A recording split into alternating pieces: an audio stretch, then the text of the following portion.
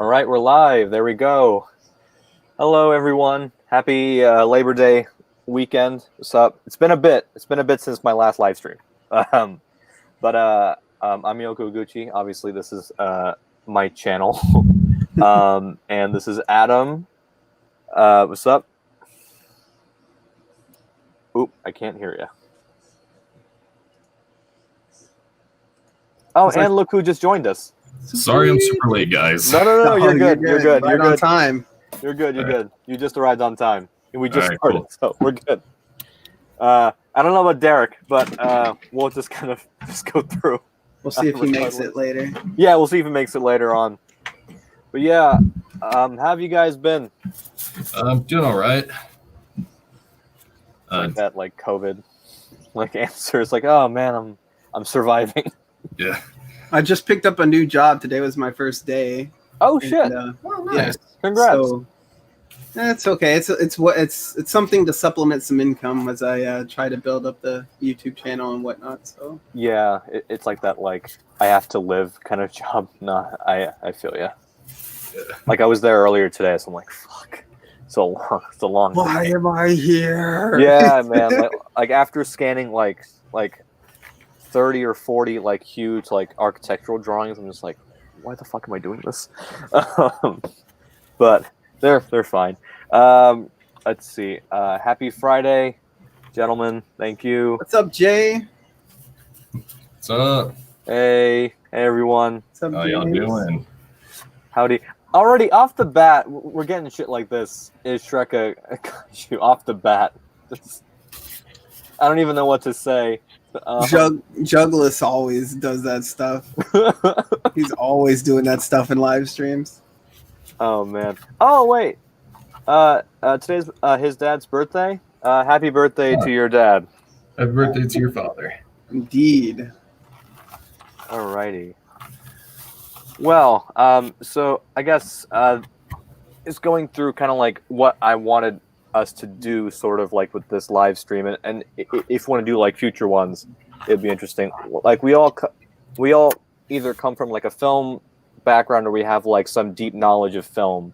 Mm-hmm. So I was like wondering if, of course we can talk about some kaiju stuff, but I thought it'd be interesting to kind of like change it up a bit and like go into like the film aspect of stuff and see like, how we're where we are in terms of like how we think about film and filmmaking and like different genres and stuff. And if we have like any hot takes, that would be interesting. That's going to be a fun discussion. Oh man, there's a hot take that's going on Twitter right now about the new Mulan movie. Oh, listen, man, I don't want to delve into that, bro. You see, if we go into that, I'll have to like write up a dissertation on how I feel about that. But I will say I refuse to pay $30 to pay for a movie on top of the service that I'm already paying them. So right, yeah, I'm good. I'm just gonna, I'm gonna stay out of that controversy. But yeah, basically stuff like that. Yeah, we can talk about, just like general film stuff has been going on. I know, Davis, you saw Tenet, which I'm incredibly jealous of. I'm not gonna say anything. Yeah, please don't. I'm really not. Like, I downloaded the soundtrack today, and I was like, I'm not gonna listen to it. I'm just gonna download it. I'm not gonna listen to it. And then you listen to it. No, I didn't. I just listened to the Travis Scott track. That's it. I wanna listen to that. Like, I want to hear that in the theater for the first time, like fresh, with like the IMAX surround sound speakers. Then go home. That is serious self-control. Yeah, no.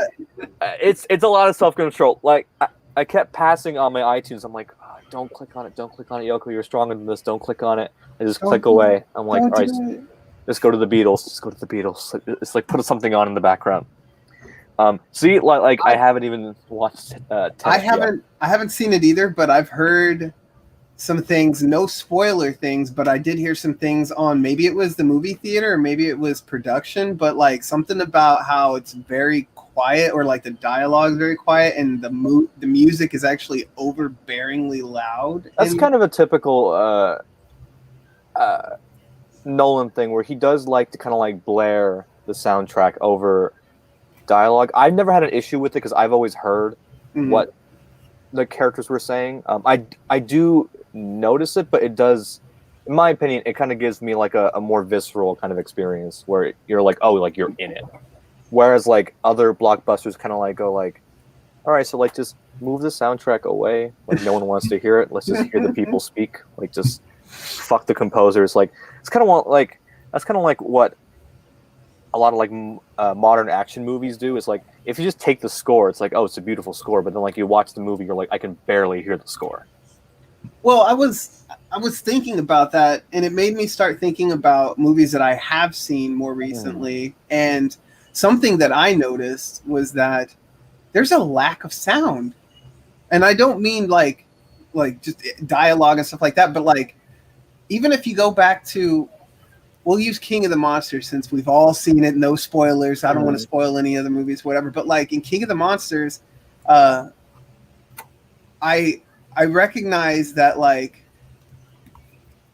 we'll use the Godzilla coming into Boston scene, right? You hear his walking, you hear his roar, you can kind of hear the music when it's playing, but there's a mysterious lack of rain sounds. There's a mysterious lack of like the ships when they're like next to his legs as he's walking. You don't hear the airplanes flying until they're actually like shooting missiles. And even I actually heard it in Dolby. If you watch it, I watched it. Did you guys watch it in Dolby? I saw King of the Monsters in Dolby, and I heard it. Okay. I think it's like you have to have the most like powerful sound, I guess, and then like you can hear it like in the mix, I guess. But that is true. Like on a home video release, like, I didn't really hear it. Right, and then like Eat and Feast. They're talking about you, Davis. But like also, for instance, I recently watched Sputnik. I don't know if you've seen that. It's really good. It's been a bit. I haven't seen it in a while, but it is good. It is good. Sputnik is good. Sputnik was really good, but they suffered the same issues. Like there were parts where they were walking and you didn't hear footsteps or anything like that, and I was just like, right. What is that? So I don't know. For me, because I mean I haven't edited a movie together or anything like that, but I wondered if they were like skimping back on the sound for like maybe what's it called? The money aspect of it. I can't remember what it's called. Anyway, if they were like pulling back on sound design and sound engineering for their movies, budget wise, and then like blaring the soundtrack over it so you didn't really notice it, maybe? I don't know. Maybe. I can't imagine the sound mixing being that expensive though. Well, not just the sound mixing, but like the developing, the creating of the sound, creating all that, and then putting it in there, and a very booming movie. It's most Nolan films. I love it. And I am a fan of Nolan Ryan. He does make really good movies. Yes, I am a big fan of Nolan as well. And Nolan was one of the two guys that inspired me to go into filmmaking. So I got to give him a lot of credit for that. I think he's great, and I can't wait for Tenet. God damn it, Davis, you just had to see it before me. It's killing me. It's eating me up inside. I want to know all the details, but like I can't. So I bet you're gonna get a long text after I see it. A long fucking text of like, yo. I'm probably gonna try to watch it tonight if I can. I hate you. I'm actually seeing it again tomorrow with my roommate from last year. I'm taking you both off the stream. Fuck you guys. God damn it! Like, New York, hurry up! Like, you just opened casinos. Like, come on, man! Like, hurry the fuck up! I want to see Tenet so bad. I also want to see New Mutants, even though it's getting trashed. I want to see it. Yeah, I heard about that too. Yeah, I mean, some friends of mine, mainly KAIJU Tony. He's a great guy. He really enjoyed it. If you actually go and read the reviews, a lot of them are like, it's fine. Yeah, like it's from what I'm seeing, it kind of sounds like one of those things where it's flawed, but you can still have a good time with it. Right. That was X-Men Apocalypse for me. I mean, that's not a great movie by any means, but it's fun as hell. Yeah. I actually like. Thank you for saying that. I thought I was in the minority of like, this is a bad movie. It's not. Bad. What X-Men Apocalypse? Yeah, like I didn't think it was bad. I just thought it was like, oh yeah. It's... If that's the minority, then I'm like on the fringes because I haven't had an issue with any of the X-Men movies. Not Dark Phoenix, not Apocalypse. Not... all right, so let's get into that, shall we? That's our first. All right, here we go. I like most of. I am indifferent to X3. I know people like hate it. I am indifferent to it. You're talking about the original, like yeah, Last Stand. Okay. I'm indifferent to it. Like people like hate it. I don't know why. I'm like it's just whatever. It's because you didn't see the Phoenix actually doing Phoenixy things. Yeah, I know, and that is a big issue with Last Stand. But it's like it's fine, I guess. And for that time period too, like that was like 06, you know, that was like Blade Trinity era. Like let's give it some slack. Like looking back on it now, like that could have been a lot worse. Also, 4 words. I'm the Juggernaut, bitch. It's iconic. It's iconic, right? But I mean, how can you not be sold on that? I don't know either. But I'm actually curious to hear your parts. Oh shit, this is correct. This is absolutely correct. Kelsey Grammer. Yes. Grammer as Beast is spot on. That's incredible casting. I do want to ask you, Adam, because I loathe X-Men Origins Wolverine. Oh, okay. Out of all the Wolverine specific movies, I don't like any of them except for Logan. I like the Wolverine. It's alright. I think it's alright. The Wolverine. I thought the Wolverine was pretty cool. Yeah, I think the last third is kind of iffy. I don't remember. I don't remember the Wolverine. That's why I don't like. That's why I say I don't like it because I don't even remember it. I remember X-Men Origins because Deadpool was in it and Ryan Reynolds was amazing. Deadpool was Deadpool. Yeah, Deadpool was in it. Okay. Yeah. But out of the 3 Wolverine specific movies, I really enjoyed Logan because Logan's great. It's phenomenal, honestly. It's so underrated too. Like everybody poops on Logan. They're like Logan, what trash? Yeah, so dude. Underrated?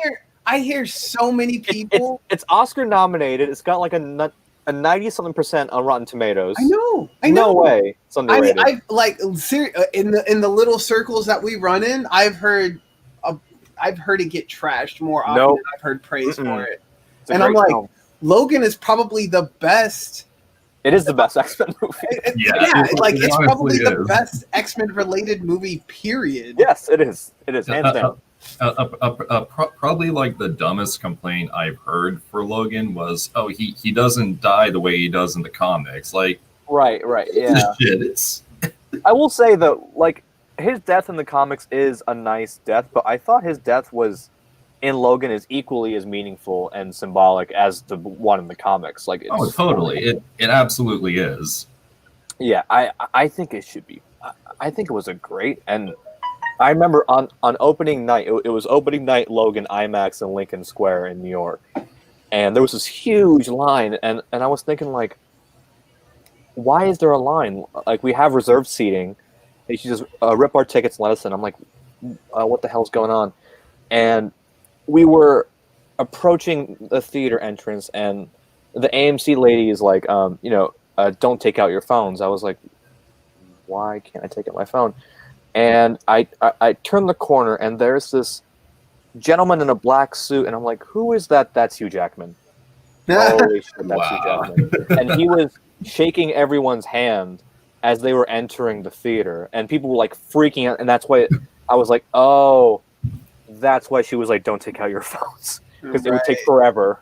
I mean, I would have lost my shit in that situation. Yeah, and I had Wolverine claws with me on my hands, and he was like, oh, look at that.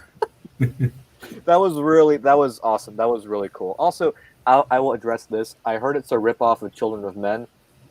Also a great film. I will say that. Is it though? I feel like it's not a ripoff. Nah, I mean, I watch my Jan term, and I can kind of see where he's Yeah, I can doing see that it. there, but not exactly. Yeah, I feel like they are pulling from the comics, and obviously it's not Old Man Logan because that's a completely different, story involving like the other X-Men and the Avengers and stuff. So like that's a different story, but like it's taking some comic lore and putting it in there. I don't think it's like a ripoff of a film particularly, but it is like not a ripoff, but like a love letter to like the Western genre. Oh, If anything. Speaking of which, it's it's now a lot of people have made this comparison to how I mean, Logan obviously has like this Western aesthetic, but I was taking a film class last year, and one of the movies we watched was Unforgiven with Clint Eastwood. Great film. And there are a ton of parallels between Logan and Unforgiven, and like in terms of like aesthetic, cinematography, themes, like lots of things they have in common. And honestly, I'd say that's a good thing because Logan is clearly a film made to be in that sort of style with all those like heavy subjects and whatnot. Right, agreed. Yeah, definitely. I think I do echo this. I've never heard anyone trash Logan. The only criticism I've heard is that the tone is too different from the other X-Men films. I mean, yeah, the tone is different, definitely. I would say not in a negative way. Like, I think it's even though Wolverine is somewhat different, and I guess like it's the same director, and he wants to go in like that more like character-oriented story telling kind of like format where it's like I'm gonna focus on Wolverine and his struggles as opposed to like focus on like action stuff, and that's where the X-Men movies kind of like work as like the action adventure kind of area. But they're good movies. I think they're better than the MCU, but that's just me. Is that a hot take? I agree. To me, there are only 3 good movies in the MCU. It was 2, but now there's 3. Curious. To me, it's Iron Man, Captain America, the Winter Soldier, Great. and because this is kind of attached to the MCU now, Venom. Is it? How is it? Whoa, how No, is it? it's not. Is it? Well, it's kind of up in the air. Right. Yeah, It's like whatever they decide, right? Confirmed, but there is like some sort of relation according to Sony and Marvel. Like it's again not 100% confirmed, but it's a bit up in the air. Gotcha. Okay. Yeah. Whatever. Yeah. That's what I have to say about that. Like the MCU. Man, I'm gonna try to put this lightly because this is a hot take.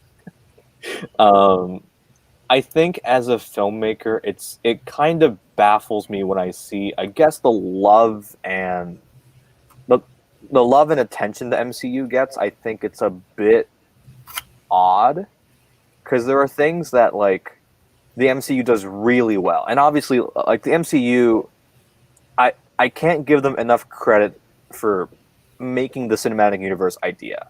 Well, not making it, but like because it's been done before. Obviously, making it mainstream. Exactly. It's like, oh, like I get what this is. Like all these movies are going to bleed into each other, and they're going to create a cohesive, narrative where certain people play certain characters and stuff.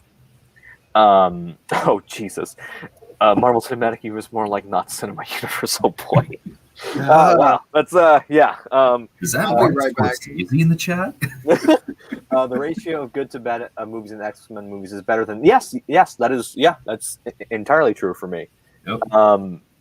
It's just like I don't know. There's something about the MCU that fascinates me in like a positive and negative way, where it takes so many of the tropes that I don't like. But then it also takes tropes that I like, but then like meshes them together in like a weird kind of like formulaic I don't know, potion of superhero filmmaking, and then they kind of like churn out on like a conveyor belt. Like, all right, here's like Ant-Man, let's make it funny, and then we'll do like Ant-Man 2, add the Wasp in there, we'll make it kind of funny again, and then like it's the same. Yeah, like they definitely feel formulaic. They kind of play it a bit too safe. Really the last one I would say that took like a big risk was Infinity War by I agree. Half the characters. Like I remember watching Infinity War opening night, and at the end of the movie, I was like, did they really just do that? Yeah. Like there was that big collective like. Like in the theater, when it cuts to black, we're like, and then it said, directed by Joe and Anthony Russo. We're like, oh shit, they're really gonna end it like that? Yeah, they really fucking went there. And also, like, it's even more sad now, but like, they killed Black Panther at the end, and I was like, you really just killed like your most marketable character in 2018? Like at the end, like, are you for real? Like, seriously? But like deep down, like I knew they were all going to come back. Yeah. I think we all knew, but it was the question of how. You know, like how are they going to bring back all the characters for Endgame, which I thought was, I think Infinity War is vastly superior than Endgame. I think. I don't know about the rest of y'all. Yeah, I agree. I really dug Endgame when I first saw it. I was like blown away by it. Yeah, and like it's really made to be more of an event than an actual film. Exactly, I agree. I think Marvel has this magic potion where the first time you watch it, I guess maybe it's the likability of the actors, but something about it makes you kind of forget its problems as you're watching it the first time. Mm-hmm. And then you're like, wow, this is really good. Like I remember watching Civil War opening night, and I was like, holy shit, that was a really great film. And then I watched it again, and I was like, oh, not as good as I remember. And then like you watch it again, you're like, oh, I don't know about that. And like that kind of like keeps going and going. And honestly, if you watch the first Avengers movie now, it's actually kind of a little bit embarrassing. Like, have you guys seen it in a bit? Like, it looks like a big TV episode. Like, I see where people are coming from with that, but I've honestly only seen that movie once, and it was in the theater. Yeah, no, I get you. I think for me, like, I saw, obviously, the Avengers, like, back then. At that point, I was, like, 17, and I was, like, blown away by it. But I think what I was blown away by was not the filmmaking, but just, like, having, you know, oh, shit, it's Iron Man and Thor, like, talking to each other. That's amazing. Like, that kind of, like, erased all the problems I guess I subconsciously saw, but I like erased it from my memory. I was like, oh no, it's fun, like it's fine. It was like a crossover event that you always wanted.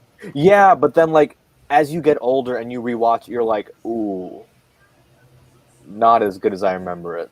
And after the hype is gone, and after we got Infinity War, which I think is a great like action epic sci-fi like adventure, like it's dope.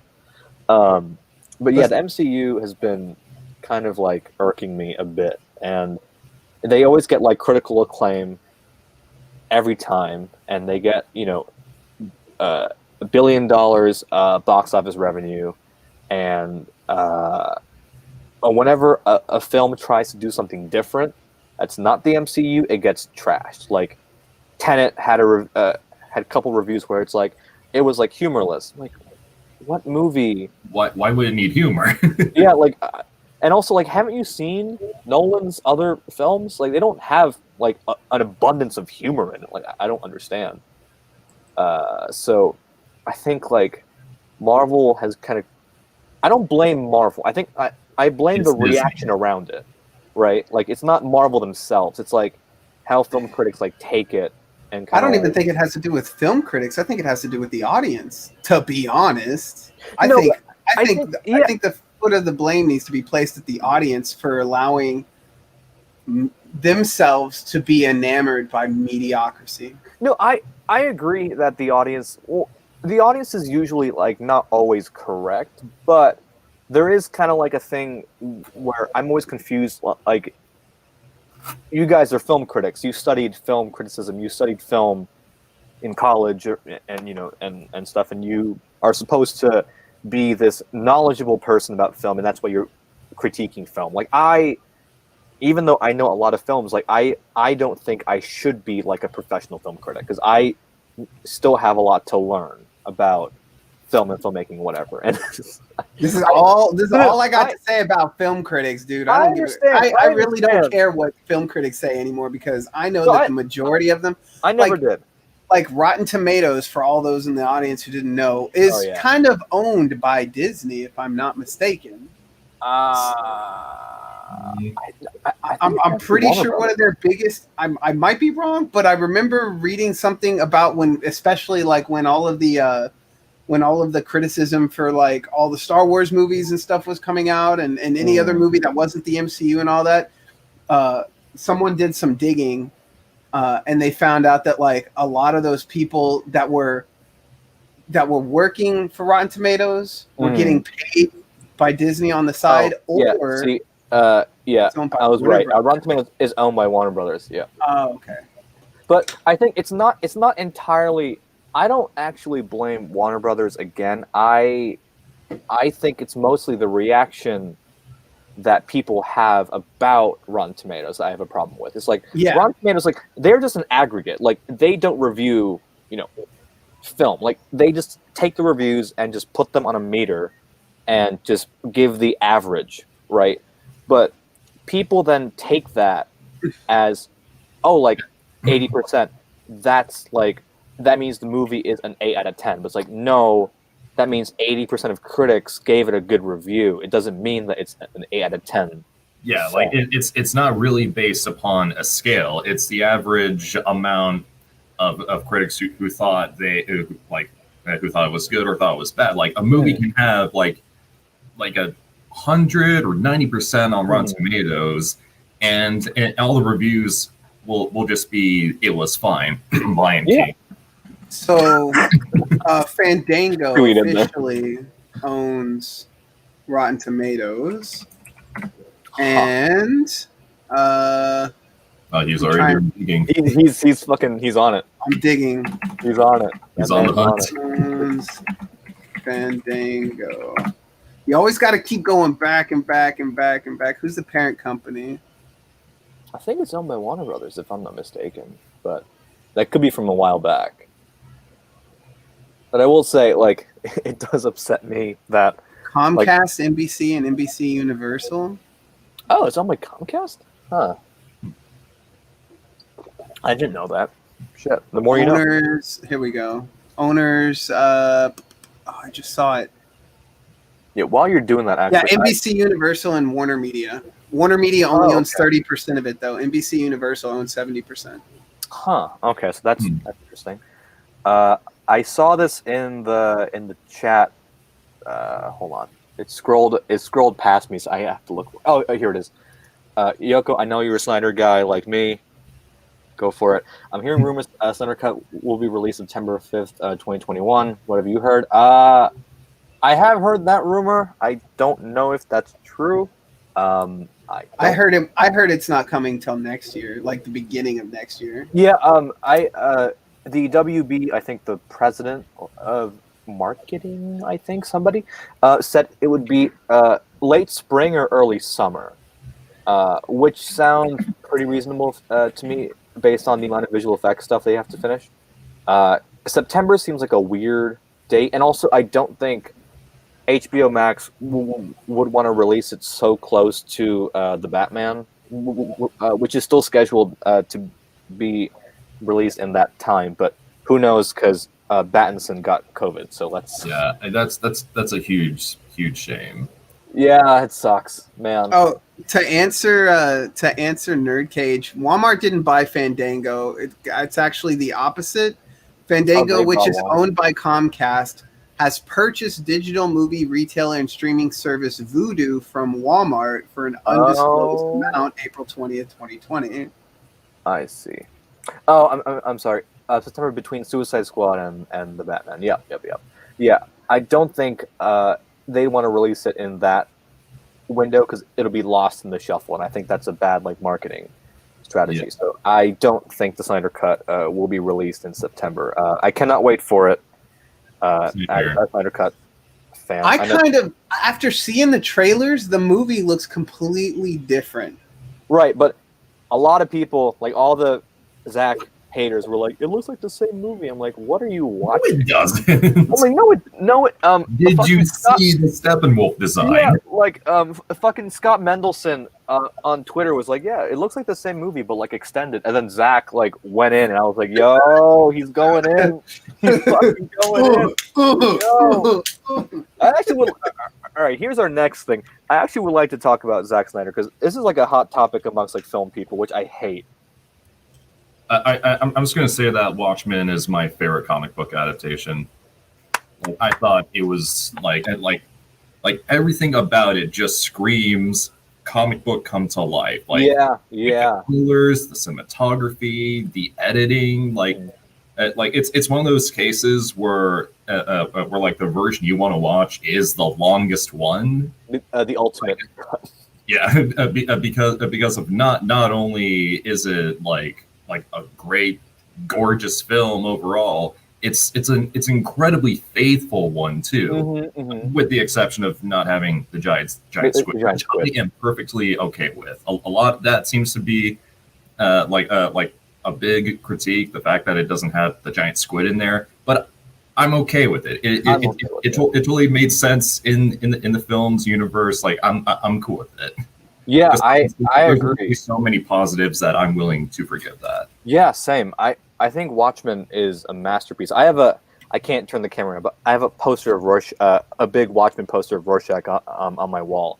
Nice. Here. Also, I don't know if I can get it, but I have a copy of the Ultimate Cut, and Billy Crudup signed it on the front. Oh, So nice. I was really happy about that. Cool. And he was. I haven't seen the Ultimate Cut yet. It's great. It's got the Black Freighter in it, which is amazing, and it's like interwoven into the story. It's really good.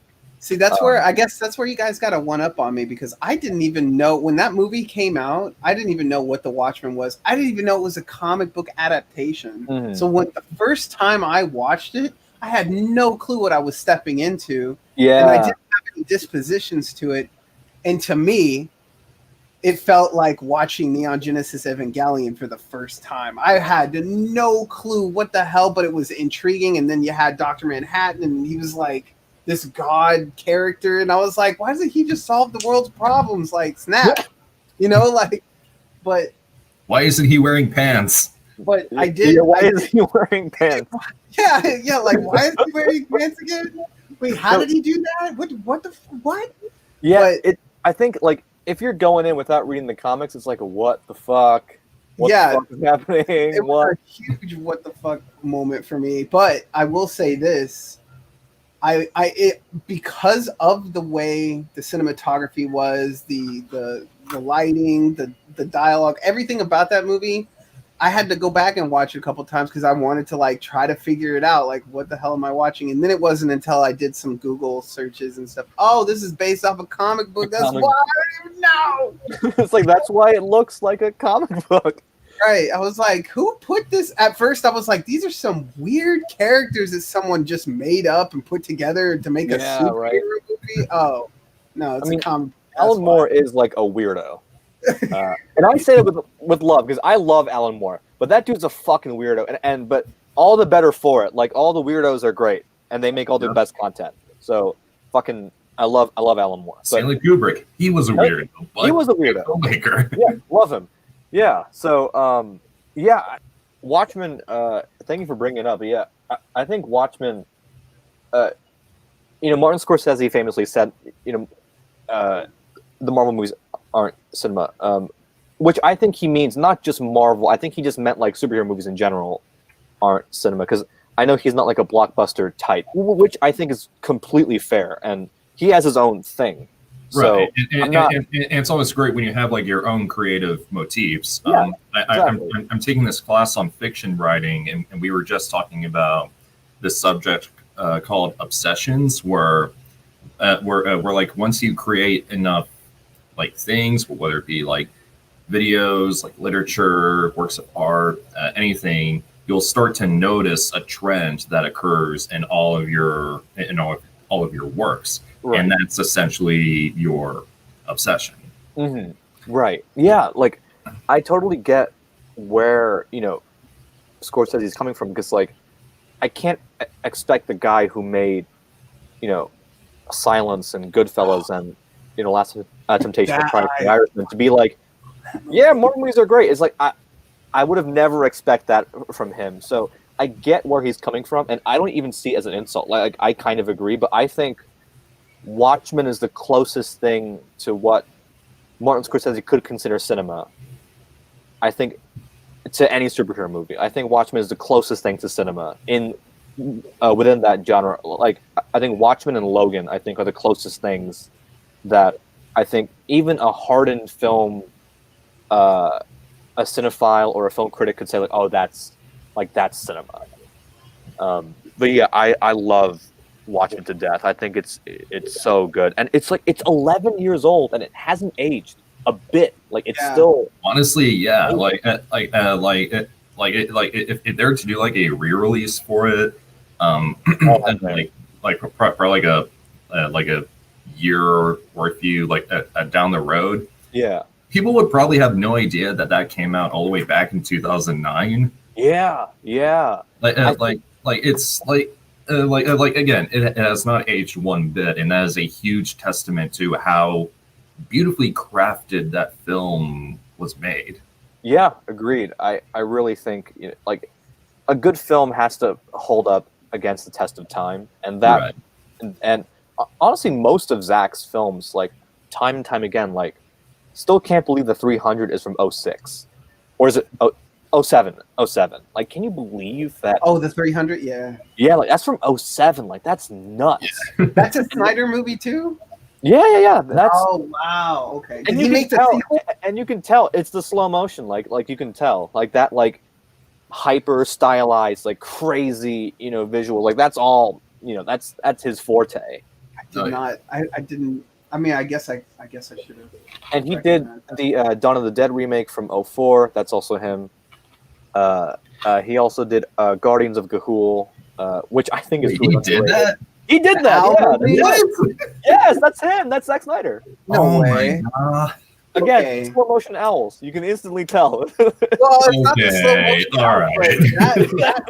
That movie, I saw that movie. I had no clue. Again, this was also before I was like really getting into like knowing my stuff about when it comes to cinema and all that kind of stuff. But like, I thought that movie was awesome, even though I was like, it's about owls. Like, yeah, it's awesome. But it was. And the books are good too. The book. I see. I didn't even know they were based on the books. I read the books when I was a kid, and when I heard that Zack Snyder was doing the movies, I was like, oh shit, he's doing the movies. Like, fucking awesome. And I watched it. It was awesome. So here's kind of where I can heavily agree with Scorsese. Not saying that he's exempt from this, but I think the biggest issue is that there's no originality with these movies. I'm not knocking on Zach or anything like that. His techniques and his abilities to make a film is great, but he didn't create the DC universe. He didn't create Watch. He didn't create the comic book that 300 was based on. He didn't create any of that stuff. He was just hired to make a film adaptation. And I think that is the biggest issue with modern day movies. Not saying like these people can't do it, but I would love to see Zach come up with his own original story. Sucker Punch. You gotta watch Sucker Punch. I did watch Sucker Punch, and I loved Sucker Punch. Yeah, but Sucker Punch is great. I like it a lot. Even with its flaws, I like it a lot. I gotta watch it again sometime. But therein lies a really good point. Sucker Punch, compared to some of his later films or some of his other films, is like meh compared to what he has done. Right. And so that to me says like, okay, he may be good at making a film, but coming up with originality may be where he's lacking. And I think that there are a lot of people in the film industry that have that problem. Yeah, let's see actually, because there's a short film that he shot on his iPhone Mhm. from 2017, which was incredible. I thought it was amazing. It's called Snow Steam Iron. It's on Vero, his that new like social media app. It's really really good. Like if you guys haven't seen it, like check it out. It's like 5 or 7 minutes, I think. It's a short film, all shot on iPhone. It's incredible. Like it's beautifully shot. It's amazing. And his upcoming film that's not Snyder Cut is Army of the Dead, which is an original film. So let's see how it goes. Let's see. Wait, Army of the Dead is an original film? Yeah, it's not based on like any. It's just like It's not a Army. remake of the original Army of the Dead? No. Okay. Yeah, this is like a completely like different. It's about like mercenaries who pull a heist in Vegas in a zombie apocalypse. So it's like a completely different film. And then apparently, there's also he's planning on executive producing a prequel film and also co-show running an anime series based on the Army of the Dead, his movie, on Netflix as well. So like he's like branching out into like other shit. So that's good to hear. Like Yeah. maybe I'm being a little too hard and watching all these directors and movie makers creating things that aren't their own original things is what is like their proving grounds, you know, like where it's like someone once told me, especially in the entertainment business, you have to prove to those people who are running it and have already made it in the entertainment business that you can do what they do before you get to do what you want to do. Right, yeah. I think that's what Nolan did. Like Nolan after Batman Begins, you know, he was like, all right, I'm gonna do The Prestige. All right, I'll do Dark Knight. All right, I'll do Inception, an original film. And then I'll do Dark Knight Rises. And then I'll do Interstellar, Eventually. Dunkirk, Tenet. Like, that's what you got to do. Like, you got to hit the industry with like a remake of something that's profitable, and then the studio will go like, all right, so you make profitable movies. Here's a bunch of money. It all comes down to the Go make bottom whatever the line. fuck you want. Yeah, and like at the end of the day, like Hollywood is, you know, a money making industry with potentially billions of dollars on the line. So I don't blame them for kind of playing it safe because they are a business first and foremost. Yeah, because that's what it is at the end of the day. It's just big business. Exactly. At the end of the day, like if you want to make like original films, like that's where indie filmmakers are. Like that's where like, you know, your Wes Andersons kind of like thrive, and you know. But I think there is something to be said about directors who kind of either take books or films and adapt them, or honestly, what most directors do, take a screenplay that isn't written by him or her and adapting it. Because, you know, David Fincher, who I admire so much, and I love so much, has never written a screenplay, or as far as I know. In his filmography, it's all other people's scripts that he takes and then makes it, you know, Fincher style. You know, like he just takes it and goes somewhere else with it. So I think that's something similar to, you know, kind of like Zack Snyder picking Watchmen or 300 and then adapting it to his own thing in a weird kind of way. Even though, like, some of Fincher's films, like Seven, like that's an original film. It's not based on anything, but it is based on the script that the guy who wrote the script gave the script to Fincher, and then Fincher adapted the screenplay in his own vision. Right. So I think it is somewhat similar, but I do echo the sentiment of like, I think remakes suck, but I do want to say I hate the people on social media who are like, why doesn't Hollywood make original movies and not pay for original movies? Yeah, like you don't see them. Like all the original films don't make money. Like that's all on you guys. And then you're like, but I'm gonna go watch like Beauty and the Beast. I'm like, but then you're part of the problem. Like that's the problem. Like you're gonna go watch the Avengers like 8 times and then not watch like Nice Guys that I fucking loved, but nobody saw it. I was lucky enough to catch it on TV a couple of years ago. Yeah, I really liked that movie. I loved it. I saw it in a half-empty theater on opening night. That was depressing.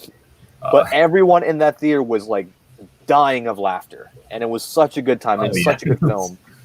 It's such a good movie, but then like nobody saw it, and even if it's not original, it could be like an original take on something like I love the film Annihilation. Yes, Yeah. I love Annihilation. It's a great movie. I can't. It's such a good movie, but nobody saw it. Nobody fucking saw it, and like it pains me. Which means so we're probably never going to see the other two books get adapted. No, and I didn't even know until I saw it that there were other books. I was like, same fuck. here. Like fuck, like now you like now I So now want to see it, it's but the whole not gonna... Watchmen problem that I had. Right. Like I knew it was based on a book because in the trailer it was like based on the best-selling novels or whatever, but I didn't know it was a series of novels. I thought it was one novel. But holy shit, that movie, I saw it at a pre-screening. It was like 2 or 3 weeks before the movie came out, and I was like, okay, so it's Alex Garland. He did he directed Ex Machina that I liked a lot. That was good. And then he also wrote Dread, which great fucking movie. I love Dread. I thought Dread was pretty awesome. And no sequel because nobody fucking saw it because it was like an original take at that time. And I sat in the theater not knowing what to expect, and it was one of the worst theater experiences in my life because everyone was talking, nobody got the film, and people were laughing in parts that were intended to be serious. Like, the scene where the alien is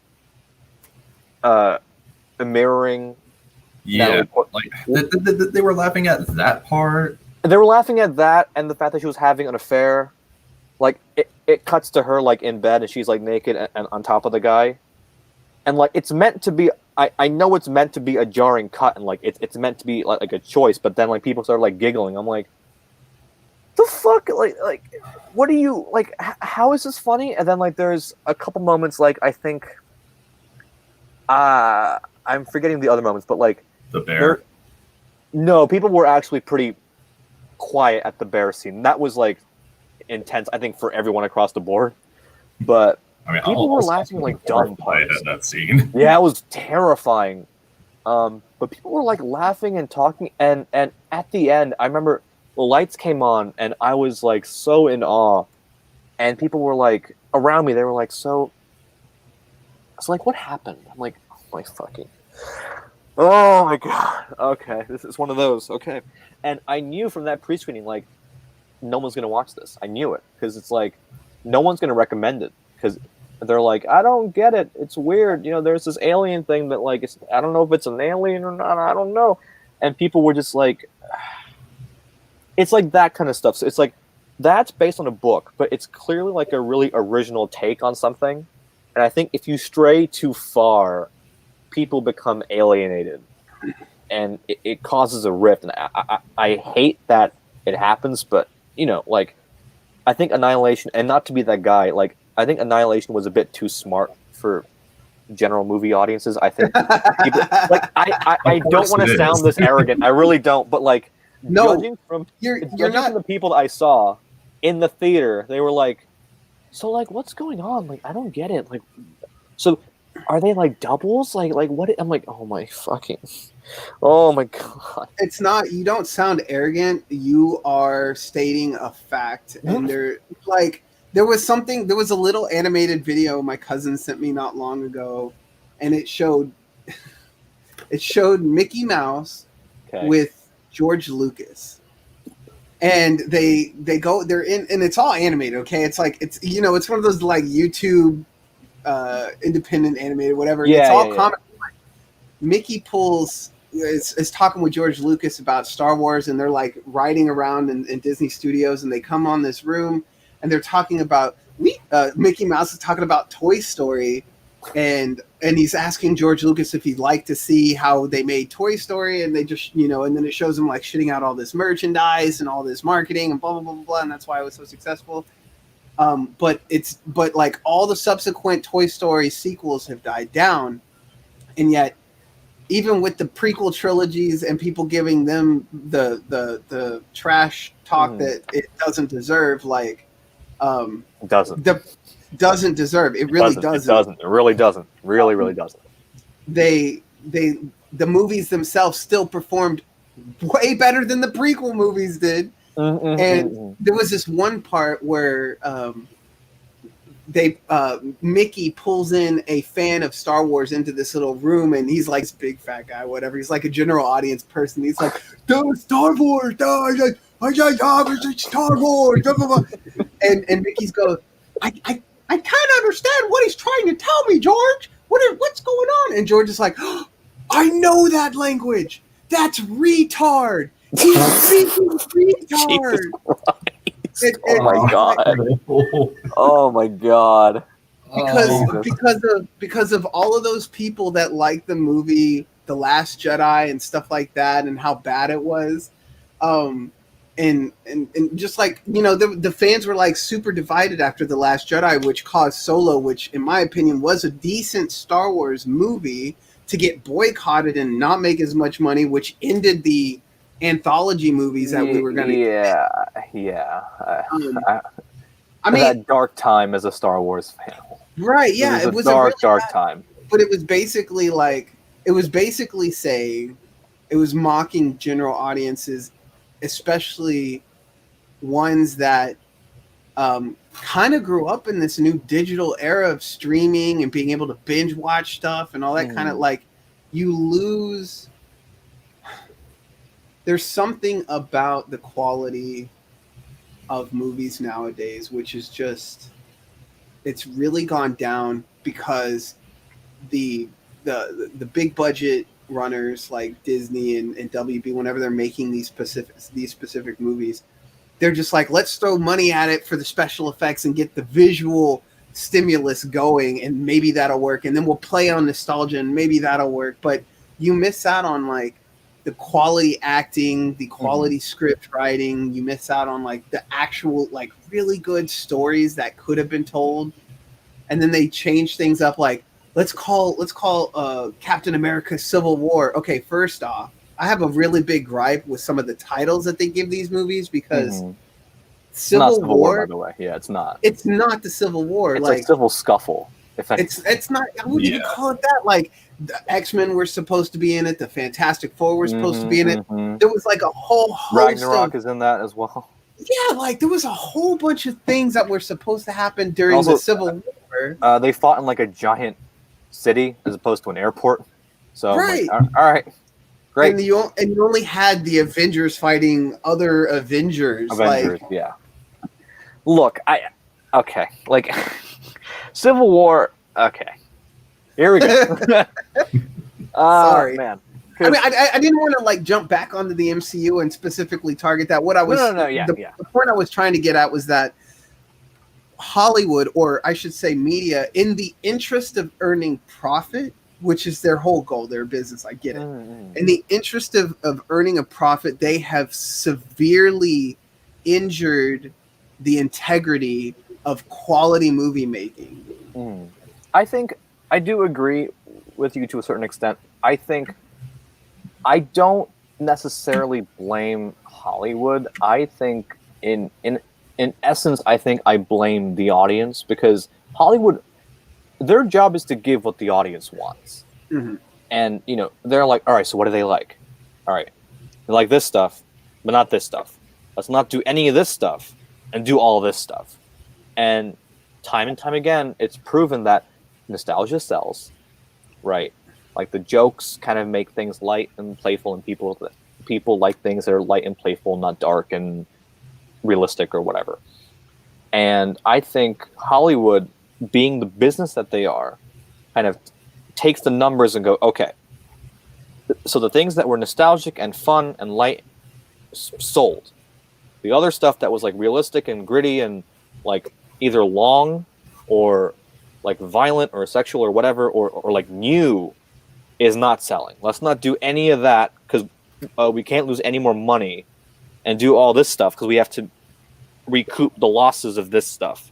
Like, I understand it. Of course, I don't like it, but I wouldn't blame Hollywood on that, because I think Hollywood obviously, like, it goes through peaks and valleys, right? Like, it goes through moments of like a lull, and then it goes through moments where like there's stuff there, and I think every now and again we're gonna hit like a lull period of like just kind of mainstream content. And also, I think a lot of the great content is people just don't see, or it's stuff that people just don't notice. Like, You mean like Sharknado? well, I mean, clearly that's fine cinema. That's peak. That's quality cinema. Right? Yeah, Martin Scorsese goes like, see, the Marvel stuff, no, but Sharknado, that's Yes. that's on par with the my films, The Goodfellas. Like, it's on par. It's definitely on par. I think it's kind of. What's that? I have to agree with you 100% that it's not. I think it's more on the audience. Have you seen the movie Idiocracy? It sounds familiar. I don't think I have. It's about the guy who's like, he's like a loser in our time, and he is delivering pizzas or something, and he gets stuck in a chrono thing, and then he wakes up like X amount 100 years in the future. I haven't seen it, but I know it. Yeah, dude, you need to watch that, because like I gotta watch that. That is like that's not just a funny comedy about humans. That is a documentary about our future based off of what we're seeing in the media and what people are liking and stuff like that. And, you know, how people reference dumb stuff off of social media, Instagram, TikTok, all that kind of stuff. And then like they try to put it in a movie and you're like, why? Right. It's like Gatorade is good for you. Let's water our crops with it too. Like, no, I definitely understand what you're talking about. I think, yeah, it's a weird time, but I do admire like people like Christopher Nolan, who, you know, he'll make a movie like Tenet and try to make it like mainstream. Like, he'll try to take this high concept thing and like try to like whittle it down to make it mainstream. Also, just TitanGoji chugging the blood of 1,000 orphans. What were you? Is it a Fanta? It's a brisk strawberry lemon. Oh, brisk. Yeah, okay. Well, clearly it's not brisk. It's the blood of 1,000 orphans. I know where he's coming with that, Big O. I know where you're talking about this. I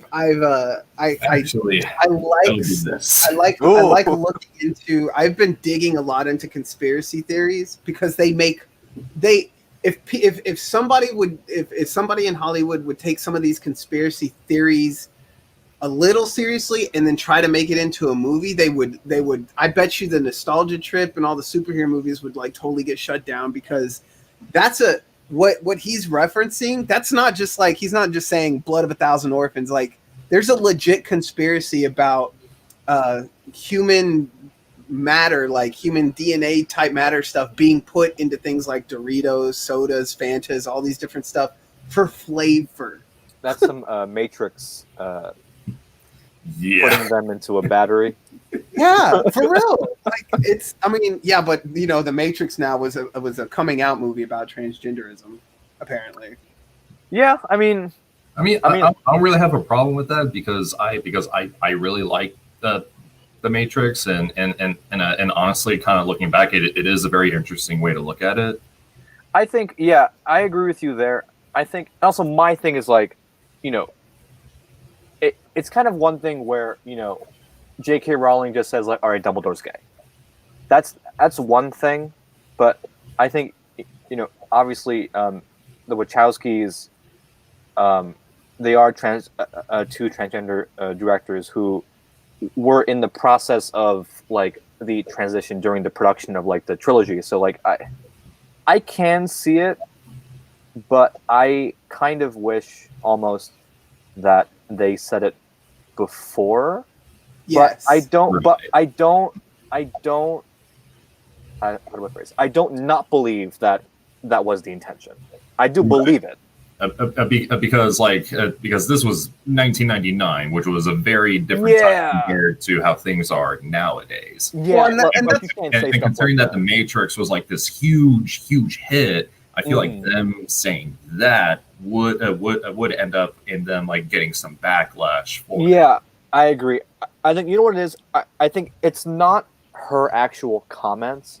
I think it's just that because I believe her wholeheartedly, but I think it's not her. It's just that a lot of artists do this thing nowadays where they go back and they kind of like the J.K. Rowling thing, like, all right, so let's make Dumbledore gay, even though there's no premise for it. There's no Yeah, like because there you're basically retconning something, right. And here, like, I just want to make something clear. Like, all media is subjective.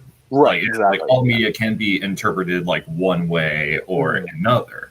And saying that the Matrix is a trans allegory, then yeah, like sure, that definitely fits that criteria because you can interpret it that way if you wish to. Agreed.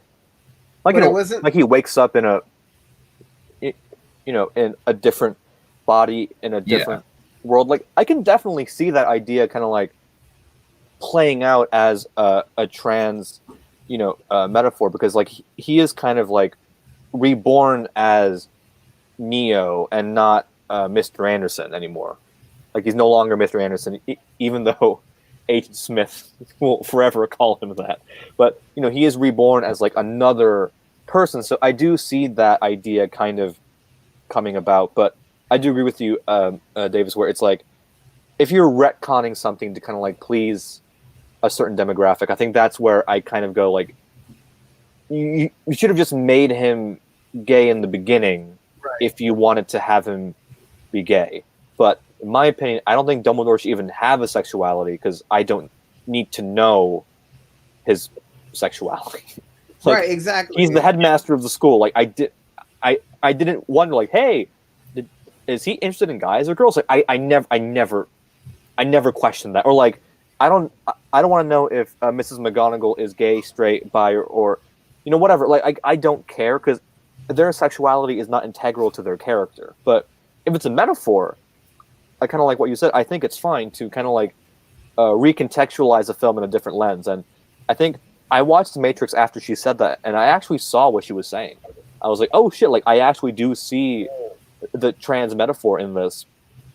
But I think the problem that I had with the comment isn't the comment itself, but just that so many other people have kind of tried to piggyback on stuff. You mean like the timing of the comment was bad? Yeah, but I also have to acknowledge that there's no other time really that she could have said it without getting backlash. So it's like, I understand why and when she said it, but because so many other artists have done kind of a similar thing to, in my opinion, less of an effect, I had that natural gut reaction of like, is this retconning? But after like giving it some thought and like looking into it, I was like, oh, it's not retconning, it's fine.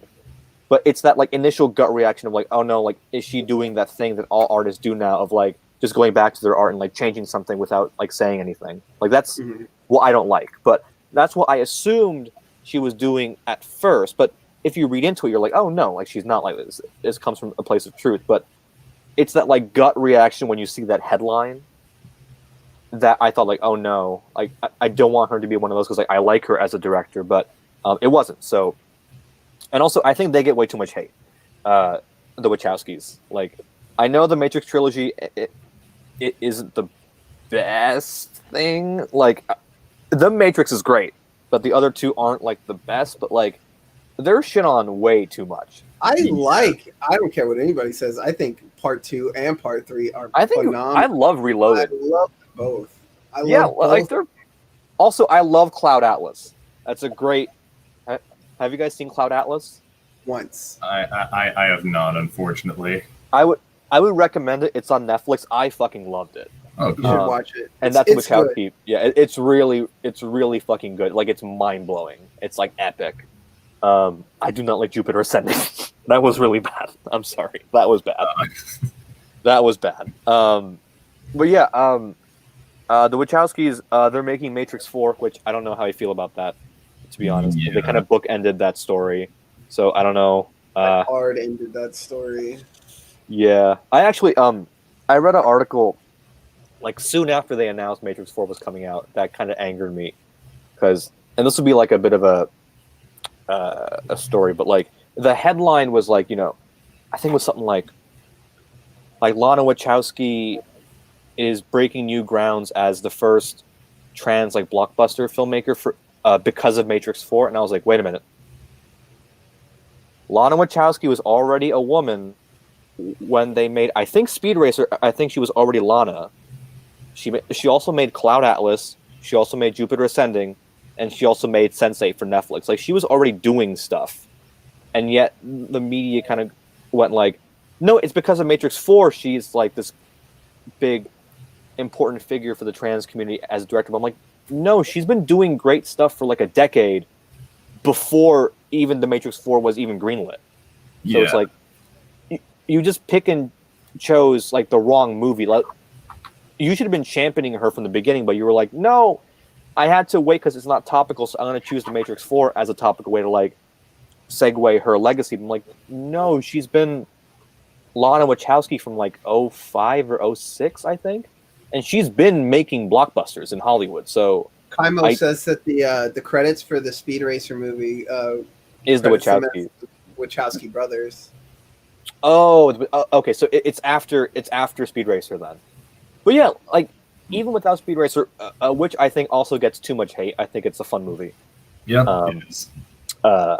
So really underrated, I got to say. The visuals in that are fucking spectacular. Oh yeah, fucking mind blowing. I did this one collab with a few of my friends, including Andres, aka Kaiju Noir, and he described, and he described the live action Speed Racer as like the Pacific Rim for like car racing. Films and all that. That's actually, oh shit.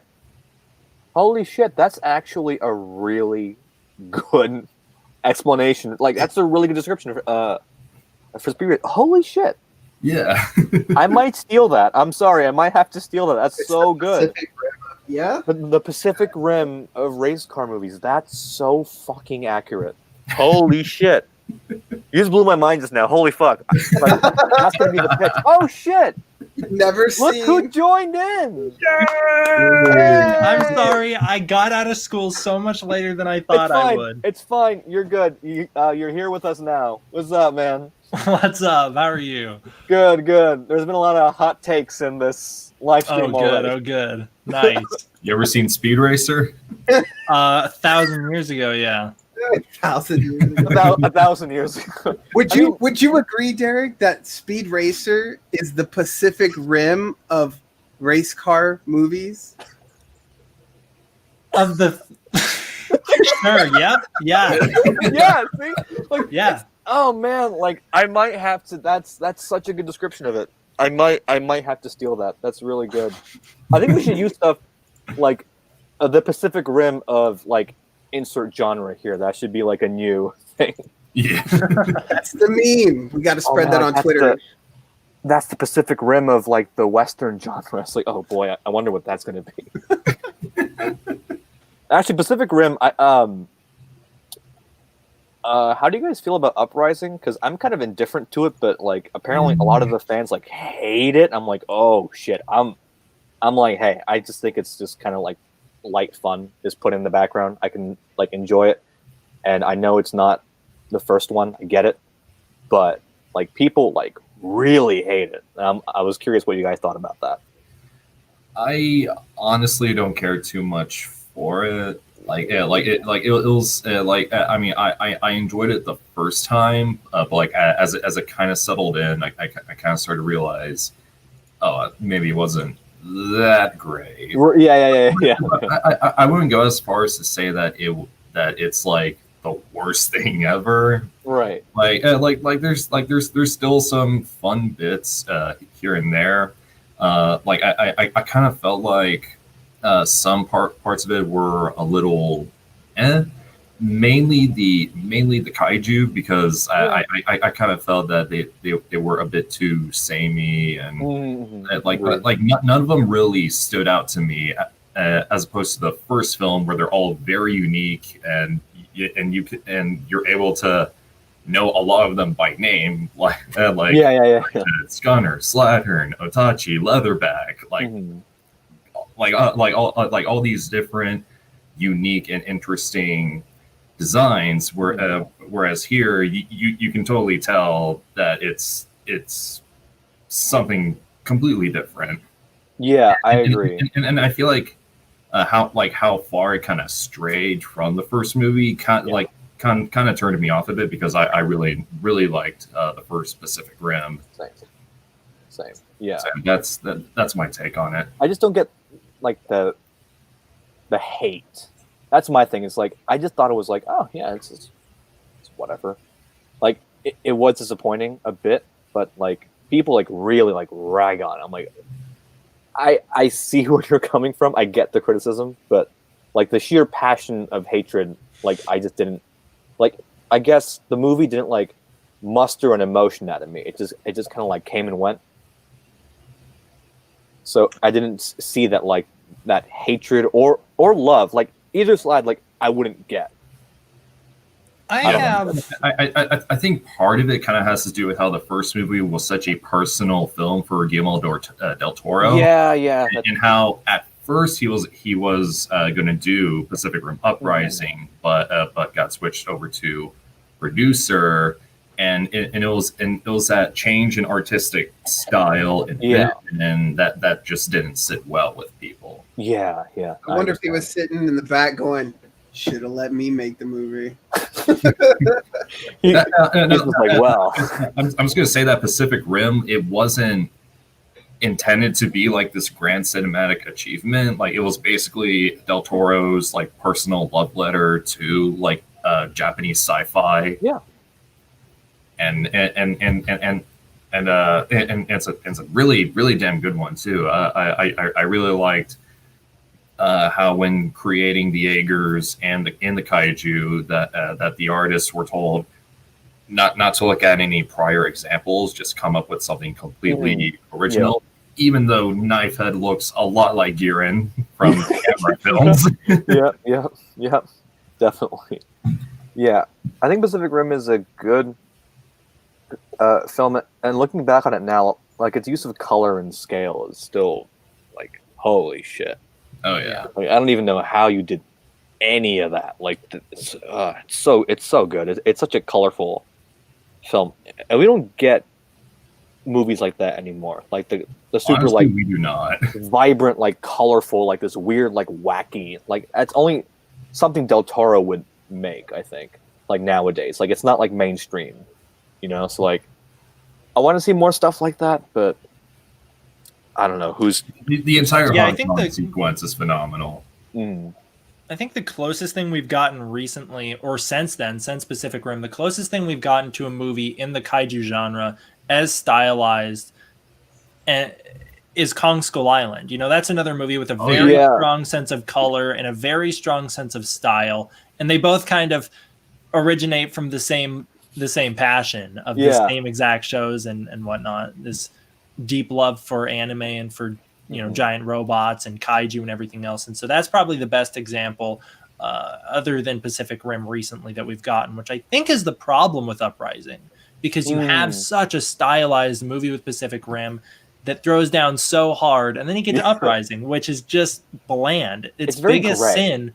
Yeah, it's really dull to look at. Yeah. It's like it's devoid of all life that the original had. And that's the big problem with it, is that it's just nothing special. It's a boring movie. I think the one thing in Uprising that actually stuck out to me, I don't know why, but the design of like the new Tokyo, I was like, oh shit, it's cool. And they have like those like emergency hatches that go underground. I was like, oh, I want to see more of that shit. I don't want to see like this holographic, like I'm tired of that, like the holographic rooms with all the shit, and they're all like poking at dots on the screen. They're like pulling up maps and shit. I'm like, I'm good. That's the other thing. Enough of that. Pacific Rim is, although it's a futuristic movie, it feels very tangible. Yeah, it does. Their movements, you feel that. It's like the world's biggest bike. They have these giant pedals that they have to kick. And then Pacific Rim Uprising, they're standing on this flat floor, just kind of mocking the movements, and it really feels like a cash in on Pacific Rim that some other studio would have made. It almost gets it right, but there's enough that's wrong in that movie that it doesn't even necessarily feel connected. Not to mention the fact that they treat their legacy characters as if they're nobodies, right? They bring Mako in to kill her off in the most insignificant way in a monster movie ever. Yeah, I was like, oh, word? He's gonna like fall on a plane. All right, find some way to get a Star Wars star into their movie, and hopefully that would carry the financial. He does a good job in that movie. Yeah, I actually like John Boyega in that. Like, I think he's not the issue. I think that's his best role that I've seen. I haven't seen a ton of. I've only seen Star Wars in that, but out of those, I think he's better in that than he is in Star Wars. I don't disagree, but I don't think. I think he was done, and a lot of the actors in general in that movie were done a very big disservice by the script that they were given to work. Agreed. I would say if you want to see more of John Boyega's filmography, Attack the Block, and also Detroit. He's really good in that. Really good in that. It's a very depressing movie, though, I will say. Like, it's hard to watch, but he's very good in that. But yeah, oh my god, it feels like Atlantic Rim. yeah. It's better than that, luckily. Thank God it's better than that movie. But yeah, oh man. Did you actually watch that, Derek? No, but I watched it when it was on Mystery Science because they did it for the Gauntlet. Oh, of course. So I watched it there. Yeah, yeah.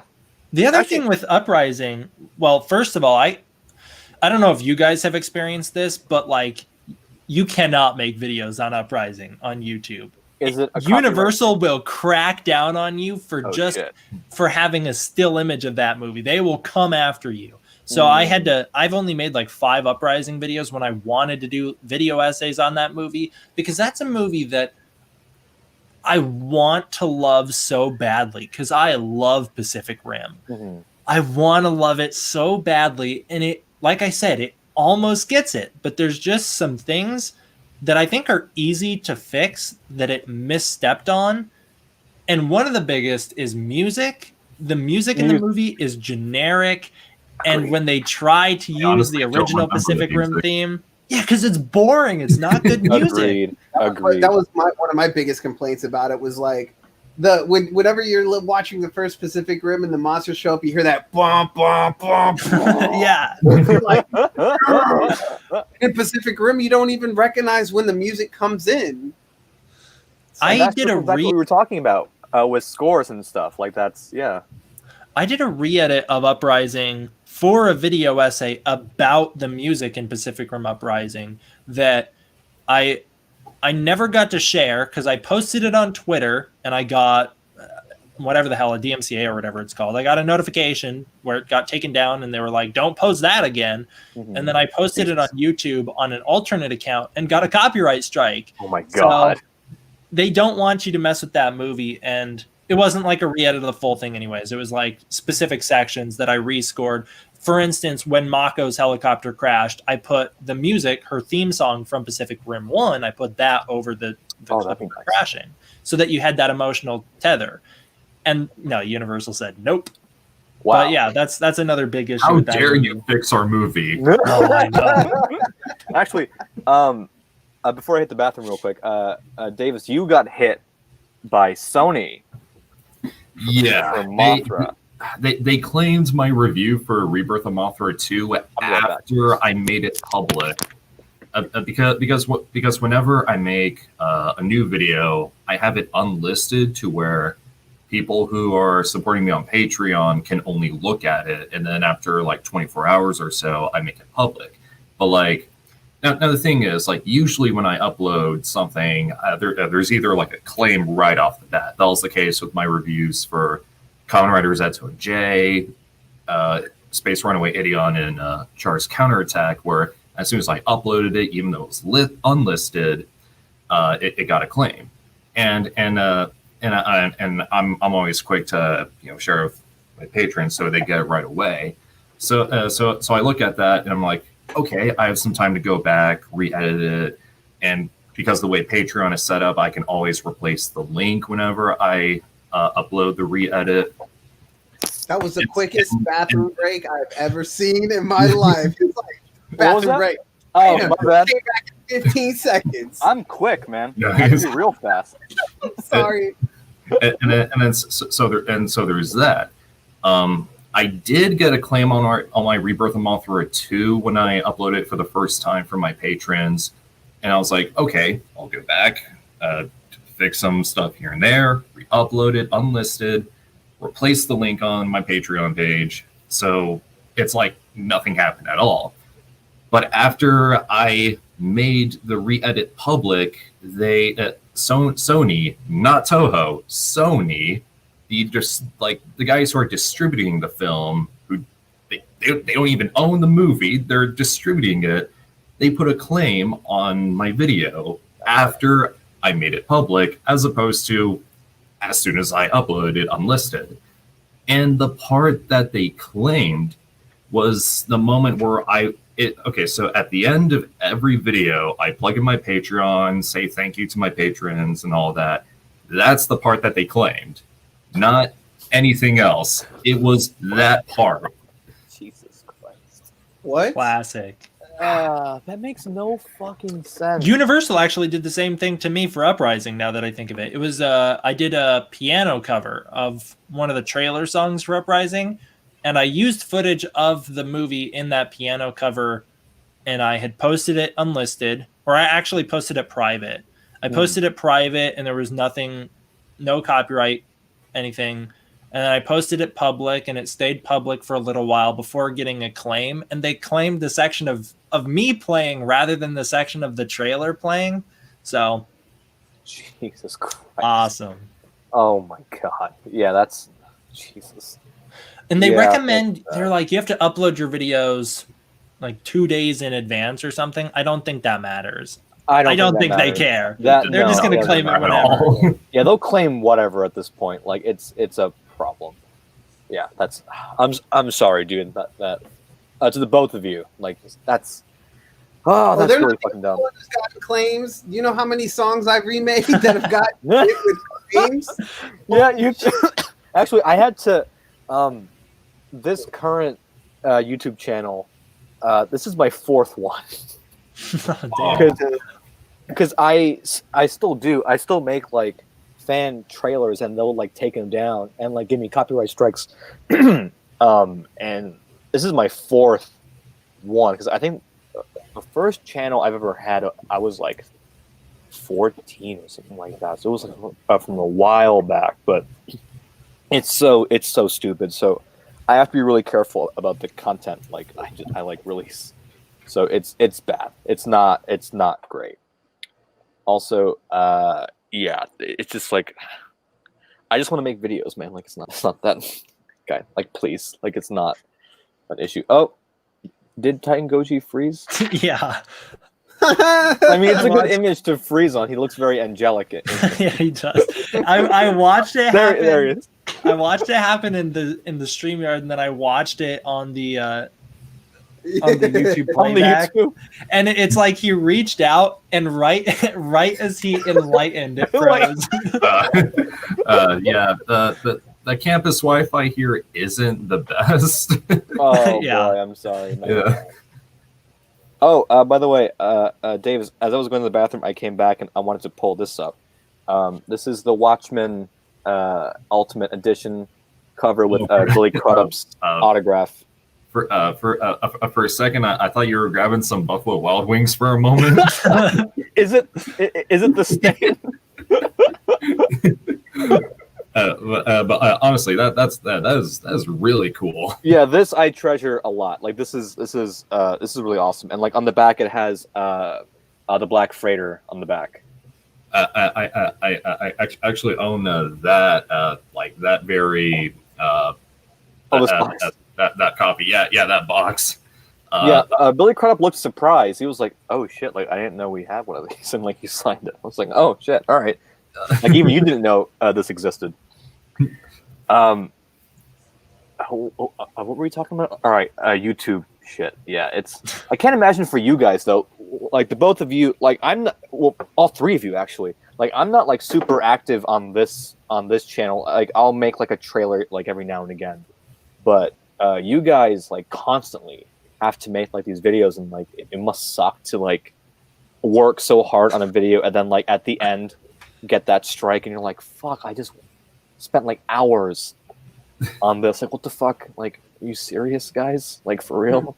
That's why you gotta Luckily, I make- haven't gotten too many strikes. I've gotten 2 strikes, but I get claimed all the time. I get claimed, and then sometimes those global blockdowns. Which I'll be honest, as much as I hate seeing my video get blocked worldwide, I'm so thankful that Warner Brothers is the one who typically blocks me worldwide. I'm so thankful that they don't give me a strike instead, because it does the same thing. They just choose to do the one that's less damaging, and I appreciate that. Yeah. Yeah, but Toho Toho had given me 2 strikes before. Toho. They Yeah, just claim yeah. my stuff, and I'll either get blocked or claimed on whatever it is. Fortunately enough, I've been so transformative in my work that they can't tell. Like the Rodan themes and like this most recent, the Mecha. Oh my god, dude! Trying to find the 1993 Mechagodzilla music on YouTube is ridiculously hard. And when I remade that, I thought I was going to get hit right off the bat, but I transformed it just enough to where I'm able to claim it for myself, and they haven't hit me. And I think it's just a matter of time before Toho comes across my channel, sees all the stuff that I've been doing. They're like, this whole channel, it's got to come down, bro. Got to come down. Yeah, that's illegal. That's ours. Why don't you just hire me to help make this stuff? I'm like giving you free advertising and keeping your franchise going, you dickwads. I actually, that was the excuse, because my Marvel Cinematic retrospective video, that got a lot of hits. And I kept saying like, hey, like, you're making money, I'm getting views, like, hey, like, this is going to be a thing. And then they let go of the copyright claim. I was like, oh shit, that worked. They really let it go? Yeah, they actually, like, I was blocked by 4 different companies, like 4 separate, 2 for music and 2 for visuals, and they all gave a worldwide block on the Marvel video. And at the end, they were like, and they backed away, and I was like, no way. No I fucking way. have never had that work before. Yoko gets all the luck in the world. He tells Toho and be like, hey, will you let me be in a Godzilla movie? Yeah. I'm like, yeah. He's like, hey, I'm making you That money. was a stroke of luck. That's still a stroke of luck. Can't defend myself on that one. No, but also, I made this huge, like, 1 hour long Star Wars retrospective, and I couldn't get past the copyright strikes. And I made the same arguments, like, hey, Rise of Skywalker is coming out, like, I'm giving you more revenue and more views, but it didn't work. So I think for some companies, they're just like, no, like, you just can't, like, no matter what, like, there's no arguing or compromising, like, it's a wrap for you. Marvel's better at understanding and handling their fan base than Star Wars. I don't think anyone's gonna deny that one. Well, I think now that George Lucas is back into the fold and Kathleen Kennedy's been knocked off his head. Yeah. I didn't know he was back. I knew that they consulted him for Mando season 2. He's back. He's working with Jon Favreau and Dave Filoni to recanonize the sequels, the sequel trilogy. They're like literally trying to remake the sequel trilogy the right way, the George Lucas way. And I had seen fans demanding that. Yeah, I didn't know if that was real or not. So, Star Wars Theory is a guy on YouTube. I don't know if you've ever. Well, not him personally, but like I have heard of the. If you watch his content, he goes into a lot of deep, like because of his Vader short film, he's like really connected with people at Lucasfilm, so he gets a lot of insider information. And he's talked a lot about this stuff. And like George Lucas initially was brought in to consult, but now Bob Iger has literally kicked Kathleen Kennedy off of anything to do with any kind of what was it? creative she's not allowed to touch it creatively whatsoever. She's only allowed to do her job. Okay, good, because apparently I think Rise of Skywalker couldn't be saved either way because there was like too many cooks in the kitchen. But apparently it was apparently Kathleen Kennedy's idea to have Palpatine come back, and J.J. Abrams was like, that wouldn't work. But she was like, don't worry about it. So yeah, like, that literally effectively turned the entire Star Wars series not about the Skywalker lineage, but about it's the Palpatine. It's the Palpatine lineage. I'm like, oh, word, okay, all right. Like to me, Star Wars is just like episodes 1 through 6 and Rogue One. That's Star Wars to me. Like, highly agree. Yeah, and when I saw Rogue One, I was like, oh shit, they made a good movie. Holy fuck, they actually did it. I was so surprised. Like, oh shit. I don't remember. Did Rogue One come out after or before The Force Awakens? After. It was a year Force after. Awakens. It was Force Awakens, then Rogue One, then Last Jedi, then Solo, then Rise of Skywalker. And then The Mandalorian. Then The Mandalorian, which I'm kind of on and off with. That's a hot take. Apparently it's a hot take. Like, everyone loves it. I'm like, it's aight. I've only seen like the first 3 episodes, and I haven't watched any of it because I've just been kind of like, I've been really hurt. I've been scarred because I used to tell people in my hierarchy. Star Wars? Yeah, like I used to tell people of like my hierarchy of things that I absolutely loved in the world was Godzilla, Star Wars, World of Warcraft, then everything else. Mm-hmm. And so why you got that look on your face, Derek? He's like, I don't know. Sorry, I'm watching TitanGoji right now. I'm sorry. He just keeps freezing for these extended periods of time. I didn't even see. Oh no! Damn you, campus Wi-Fi! I've been completely distracted. I heard your hierarchy: Godzilla, Star Wars, and then everything else was nothing because I watched him just.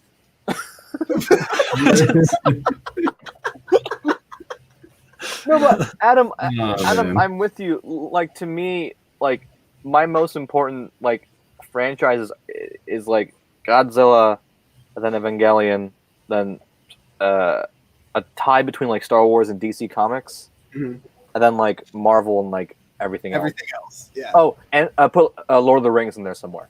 Right. Yeah. Right. No, but I get you. That was post 2015. That was rough. As a Star Wars fan, that was rough. And like, even as the guy that like, I don't like the sequel trilogy, but man, like, don't bully the actors and the director. Like, don't like, you can just not like a movie, you know? Like, don't send like death threats and shit. Like, fuck. Right. Yeah. God damn. And like, that to me was like the darkest era, because like to call myself a Star Wars fan is to be among them, and I'm like, fuck. Yeah, that's why like I don't even I at one point in time I considered making a Star Wars channel on YouTube because I loved it so much, and the hype for The Force Awakens, I was like, and then I saw The Force Awakens and I was like, it's kind of like episode 4. Rogue One came out, I like it, but I'm not sure yet. And then Last Jedi, and then the fandom turned into like cultists. Yeah, the fandom went to like, if you don't like this movie, you're like a bigot. And if you like this movie, you're not a Star Wars fan. I'm like, guys, it's a fucking movie. It's a movie. That's when I realized, like, going back to what we were talking about earlier about the problem with movies nowadays is actually more with the audience. Yeah. Is that they, because, and Derek and Davis can attest to this. Like, for a little while there, I was like on a rampage against cancel culture, so I like started shit on Twitter hardcore. But I realized that even like within the Godzilla community, the problem is a lot of these people, and this is gonna sound really bad. When I say these people, I mean audiences in general, make these franchises or these things that they love a very personal part of their identity, which isn't necessarily a bad thing. But remember, that's entertainment, right? Yeah. You should not be like feeling like the end of the world is coming because the last Jedi happened. Yeah. Like obviously, like I understand the anger because after seeing Last Jedi on opening night, and I have a tradition with my friends where, because we're all Star Wars fans, so we all want to see it opening night, even if it's good, bad, it's Star Wars. Like we're gonna see it regardless, and we talked outside the theater for like an hour, like, and we were like enraged. We were so angry. But the next morning, you wake up and it's like a new day, and then you just forget about it. Like, you know what I mean? Like I get the frustration of watching your franchise, and a movie comes out in that franchise that you just hate, and you have that like that rage and that anger. Like I get it, but then like you go to sleep, and then you wake up. It's a new morning.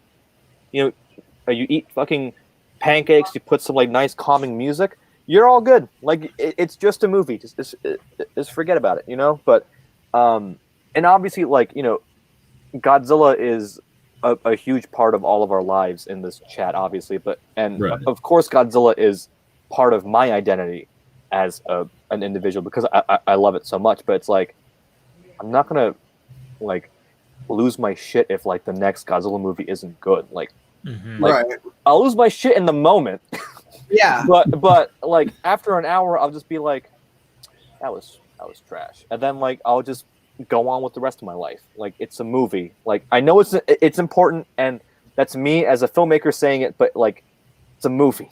Like it's just a movie. It's like, you know, like it's calm down. Like it's not going to affect the world at large. And also, if anything, I still have the first 6 movies for Star Wars. I still have that. Like The Force Awakens, The Last Jedi, and The Rise of Skywalker hasn't erased that enjoyment. Like I still have those movies. Dude, I still like the extended universe. I don't care if Kathleen Kennedy want to call it Legends content. I call it the extended universe. And like, it sucks that it's not canon anymore. It sucks. Well, it depends on how they keep writing their stories. Yeah, we'll see. Yeah, we'll see. They're like, Bane isn't canon anymore, yet it's in canon stuff now, and I'm like, oh, okay, so he is canon. So it's Rabbit. Nice. And they made Thrawn canon in Rebels, but I'm like, but there's a lot more shit that he's in the Star Wars EU. But anyway, it's weird because Star Wars is now like a dark topic. Like once you say Star Wars, people go like, what are you gonna say? Like is it good? Like, and like I wanna be like loose because like I know a lot of people who like the sequel trilogy, and I'm not gonna give them shit for liking it. Like you do you. Like it's not me. I'm not gonna argue against you because like I don't want to argue against something you like. I just don't like them. Right. But man, it's a weird time to be a Star Wars fan. But I am glad though that the prequels are getting more love. I am happy about that. Like genuinely, I am happy about that because I like the prequels. Earlier this year, for my Jan term, I took political themes and science fiction. We were all divided in groups, and this one group showed Revenge of the Sith to the class. And, and honestly, after watching that film, like after so long, like I love it. I love it. It's just great. It's so good. It's fucking good. It's fucking good. It's so good. It's like I'll never forget the feeling because I saw it. I was 10. Holy shit, I was fucking 10. I was 10 when I saw it. And when fucking Grievous's arm split in half and he's got the fucking 4 lightsabers, like I lost my shit. I was like, oh, this is the coolest thing I've ever seen in my life. And like, and I don't care what people say, the fucking the Mustafar fight at the end still holds up. That shit is still awesome. It's honestly pretty. It's beautiful in a very like heartbreaking way. Yeah, it is. Like because you've been with with Anakin and Obi-Wan for so long, you really don't want to see them go their separate ways. Yeah. But you know that they have to. Yeah, like it's really really painful to watch, knowing that See like a tear coming down Davis's cheek right now. like especially when Obi-Wan ends up cutting Anakin all up. Yeah, and like he's screaming at him, and I'm like you feel that shit, and like I think like I love how dark and gothic episode 3 gets at points, and like the choir is in the background, like it's got that like that demonic kind of like satanic kind of like notion to the dark side and everything, and it's such a good like mythological film. You know, I learned a very important lesson from episode 3, and that was if you ever want to hit at the heartstrings of your audience, you take out the kids. Yo, Master Skywalker, there are too many of them. What are we going to do? Oh no! I actually, I remember like on opening night, like as a kid, I remember the audience going like that was like a, oh shit, kind of like, oh, he's really doing this, and I don't know, like, and this made me kind of, maybe because I saw that as a kid, and that affected me so much. I think seeing Kylo Ren in the sequel trilogy kind of made me go like, oh, he's kind of weak, because like he does kill like younglings and stuff, but I feel like that would kind of, like, once you get to that point, like you're pushed over the edge, like you're in the dark side, right?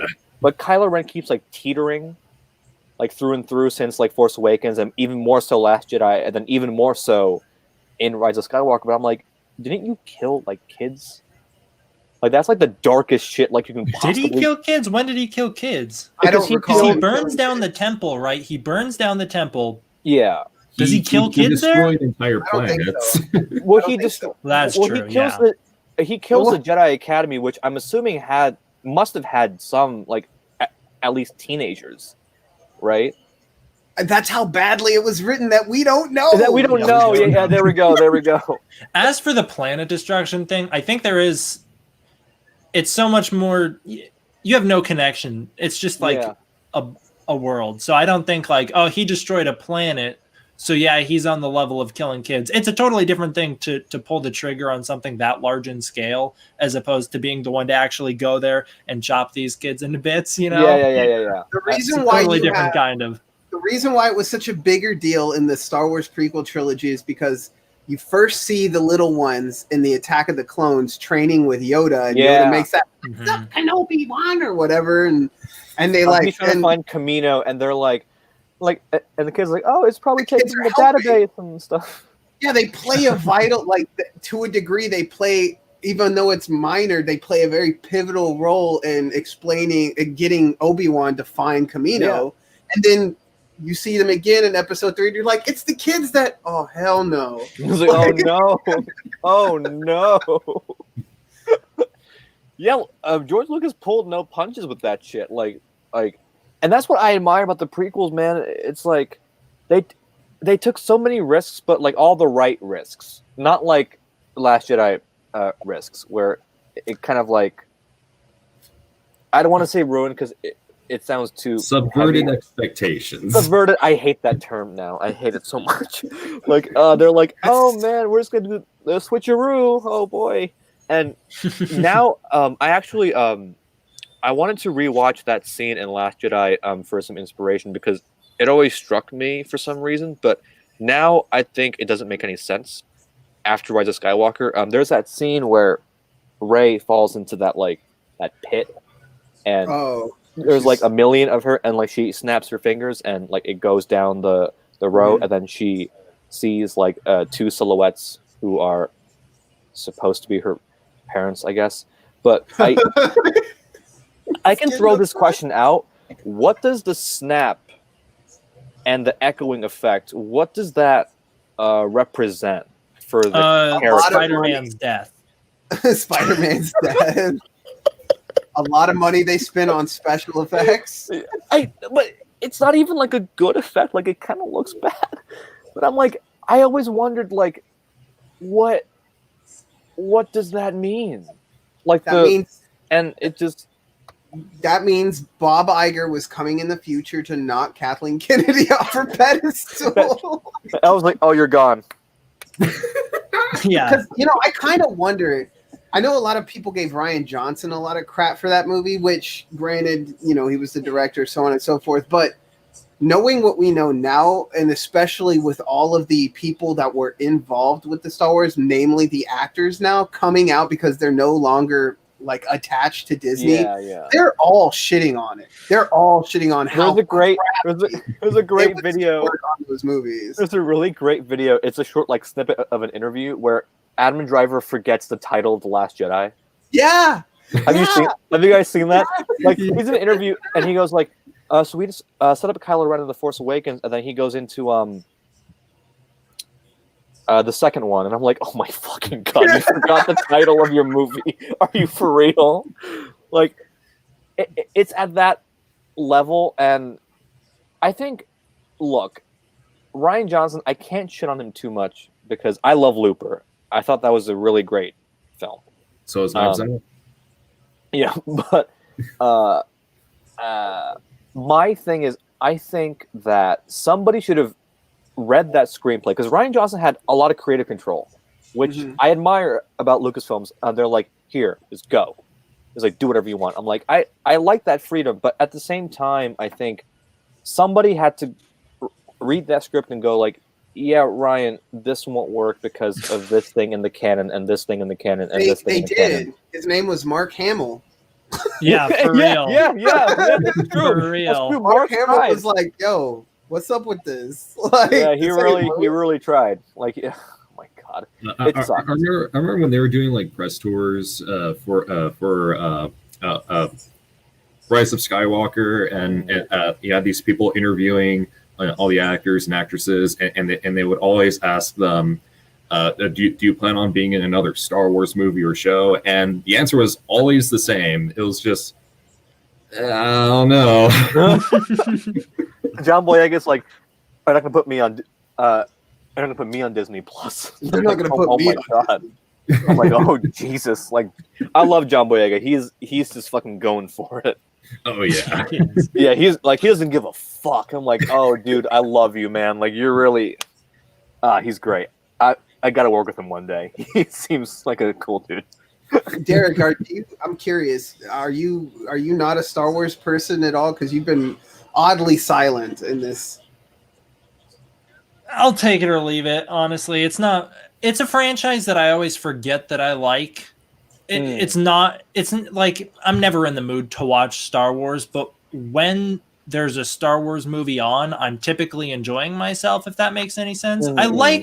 I really like the original trilogy. I don't like the prequels at all. I think Revenge of the Sith is a decent Star Wars movie. I don't really like it though. And I genuinely, there are so few movies that I would try and avoid as much as the first two prequels. Specifically Attack of the Clones, I really don't like. Attack of the Clones is it's hard to defend. Like, I have defended it, but it's hard to defend. Boring, and the acting isn't good. Obi-Wan's really good in that trilogy, I will say. Ewan McGregor is awesome. Hayden Christensen's great. What are you talking about, man? I don't know what you're talking about. I hate sand. It's cold. Yeah. Oh, don't we all? Of course, rough, irritating. It gets everywhere. Yeah, and then the movies that Disney's made, like Rogue One, I really like. It's my top 3 Star Wars movies. I think Force Awakens is okay. Last Jedi, I think, is a 50% good movie and a 50% bad movie. I really like a lot of stuff in Last Jedi, but it's surrounded by so much stuff that I don't like. Yeah, I agree with that, actually. I like the concepts that it tries to kind of like delve into, and I am like, I see where you're going, and I'm like, I like where you're going, but I don't like how you got there. Like that's, I guess, my thing.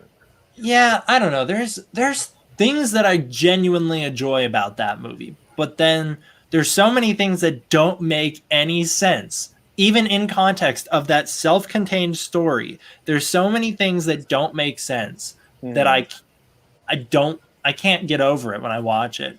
And then I didn't like Solo. I thought it was really boring and generic. Yeah. And then I really hate the fact that his name isn't Han Solo. oh my god, that's the dumbest thing I hate ever. that so much. He's like, it's like, who are your people? I don't have people. Han Solo. I'm like, oh my fuck. Why can't his name just be Han Solo? I don't get. I know that's like something that a little kid came up with. Yeah. Like I actually, it's like, is it like Shocker, the producer little was kids did come up with that. Imagine it's like the producer's kid's like, Dad, what if he is like alone, so his name is Solo because he's alone, and they're like, that's brilliant. Yeah, Screenwriter, put that in the movie. Why didn't George Lucas think of that? I'm sorry. Oh god, man. and how he gets every trademark of his own character within that one adventure, you know, like everything special about him came from 1 2-week adventure. And actually, Solo, I think, reduces his arc in the original trilogy because he does a good thing and becomes a hero in Solo, but his arc in the original trilogy is he has to go from scoundrel to hero. But he already kind of does that in Solo. He becomes like he is a scoundrel, and then he becomes a hero at the end. And they tried to like cheaply trick you into thinking that they were doing the opposite in that movie. Yeah, but they weren't. They didn't want to commit. I feel bad for the actor, Alden Ehrenreich. Is that his I think last it's something name? like that. Yeah. Yeah. I think he did a good job actually. Yeah, like all of the problems I have with the film isn't him. Like he's actually like he's doing a good job, and I don't know why I am really obsessed with the fact that he got the point right, the Han Solo point. Like he points at things all the time, and I'm like, oh, he's doing the Han Solo point. I'm like, all right, that's good. But yeah, I didn't like seeing the Kessel Run because I like that in my imagination. Like I prefer not. I always thought that was going to be like a race or something. Yeah, but it's like it's not like, running away from a giant hole. space octopus. It's like, oh, it's going to be a big cloud in a black hole. I'm like, what? Like, and like a big tentacle monster. Like why? Like, yeah, it kind of reminds me of how the first Alien kind of set up like all these things in its lore, and then we get to Prometheus where we think it's going to be that, and although it kind of is, it's not. Yeah. I actually like Prometheus, but I do agree with you there. Like, I like Prometheus as well. I mean, it's just one of the issues I have. It's like it's like I mean we get it is supposed to be tied to Alien, but I feel like there's just this huge gap between Prometheus and Alien, where right. Yeah. And like, how did those eggs get to LV-427? And it's like, but it's the same looking aircraft. So I don't know what he was planning, but he was planning like, I guess, like a trilogy to explain it. But that's probably not going to happen anymore because that owns it. Yeah. Covenant killed it. No. The merger killed it because I think after Covenant he was already confirmed to do another one. Yeah, but I think then so. the merger. What merger? What are you talking about? The Fox-Disney merger. Oh, that was the one that kind of threw it up in the air, and Ridley Scott gave an interview recently where he was like, "Yeah, I do have another movie planned out already. It's just a matter of like, are they going to like greenlight it?" And I'm like, well, that's probably not going to happen because Disney has basically froze his assets. You can't talk bad about Disney, dude. They're coming for him. They got to him. They got to Titan. Oh man, yeah. You see, like, Adam, this is why I don't want to talk about Mulan. This is I got you. This is exactly why. Okay, my connection kind of just took a dip as I was talking about how that's what happens when you start talking shit about Disney. Yeah, David. That's what happens. They're on to me. Yeah, they're watching. But yeah, I was wanting to mention how Disney hasn't really done anything with any of Fox's properties other than just put some of them on Disney Plus.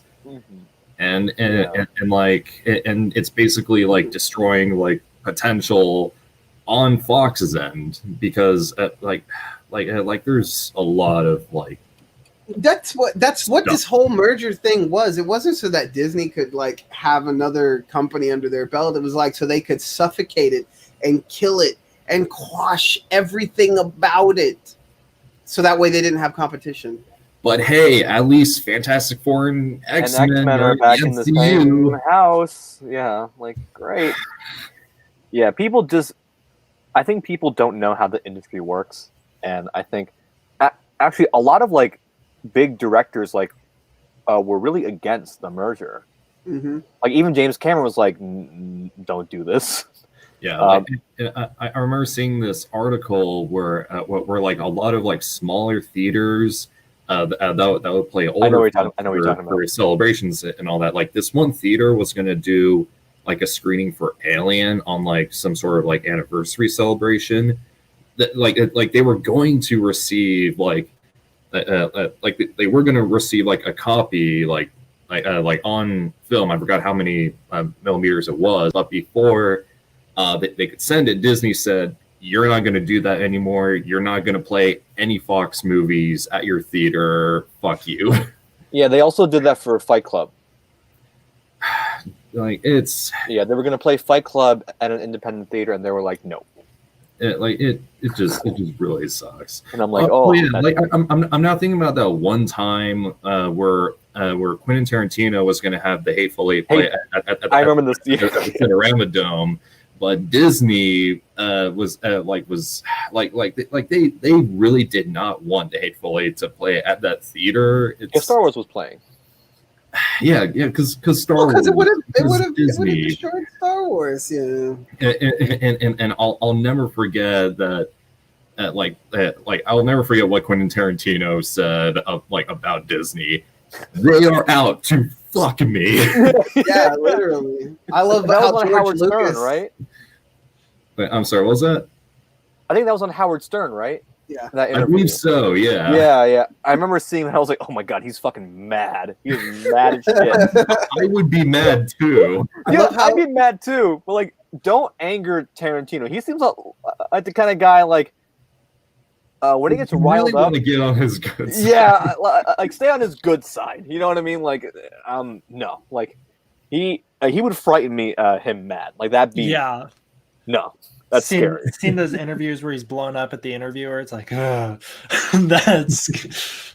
I'm like, yo, like you're really gonna mess with the guy who made Kill Bill? Like, really? you're really gonna do that? Really? All right, sure. That's a smart. Django. Jeez. Did you actually end up seeing Hateful Eight in 2015? Well, unfortunately not. Ah, damn. But I did eventually get around to seeing the Hateful Eight. I didn't watch the miniseries version. I watched basically the theatrical version, and I really enjoyed it. I thought it was great. Oh, you're gonna love the miniseries version. Yeah, it like expands upon the entire thing. It's so good. I've only seen the miniseries version. I haven't seen the theatrical version. It might be weird for you to watch the theatrical version because it's half the runtime. So right, and I can't imagine. Weird. There's a lot of stuff in that miniseries where it's just like these beautiful shots of just people doing things in real time that I'd imagine would be cut, but I still feel like there's so much content packed in each hour of that. I can't imagine how they would chop that down into a movie. Yeah, I actually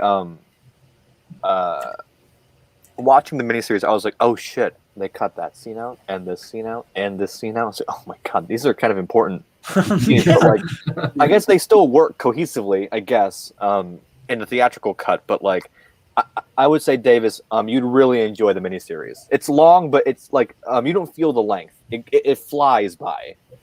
All right, sweet. I think I watched part one day because that 4-hour runtime is quite intimidating. It is intimidating, yeah. And so me and my brother, we just marathoned every Tarantino movie. We finished like 2 months ago, maybe. Nice. And when we made it to that one, we watched the miniseries, and we watched part one night, and then the next night we intended to only watch part 2, and we wound up watching the last 3. So like we just went for 3 hours anyways. I mean, that movie is close to 3 hours, so technically, you did see like the Hateful Eight in its entirety almost, because I think the movie's like 2 hours and 45 minutes or something like that. So it's a pretty extended film. I remember watching it on opening night, and it was like the road show, and they on everyone's seats they have like a little booklet for the Hateful Eight, and you get like a little pamphlet that you can read.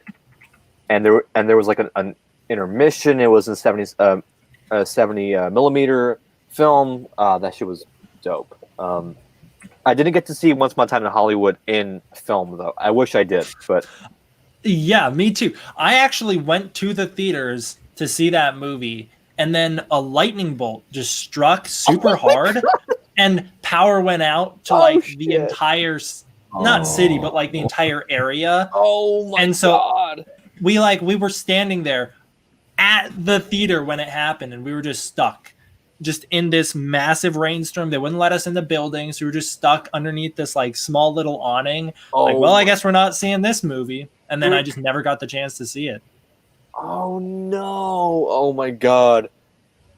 Did you get to watch it like on home release or something? Or yeah, I've seen it. Okay, yeah. okay. Oh man, that's sorry. That's unfortunate.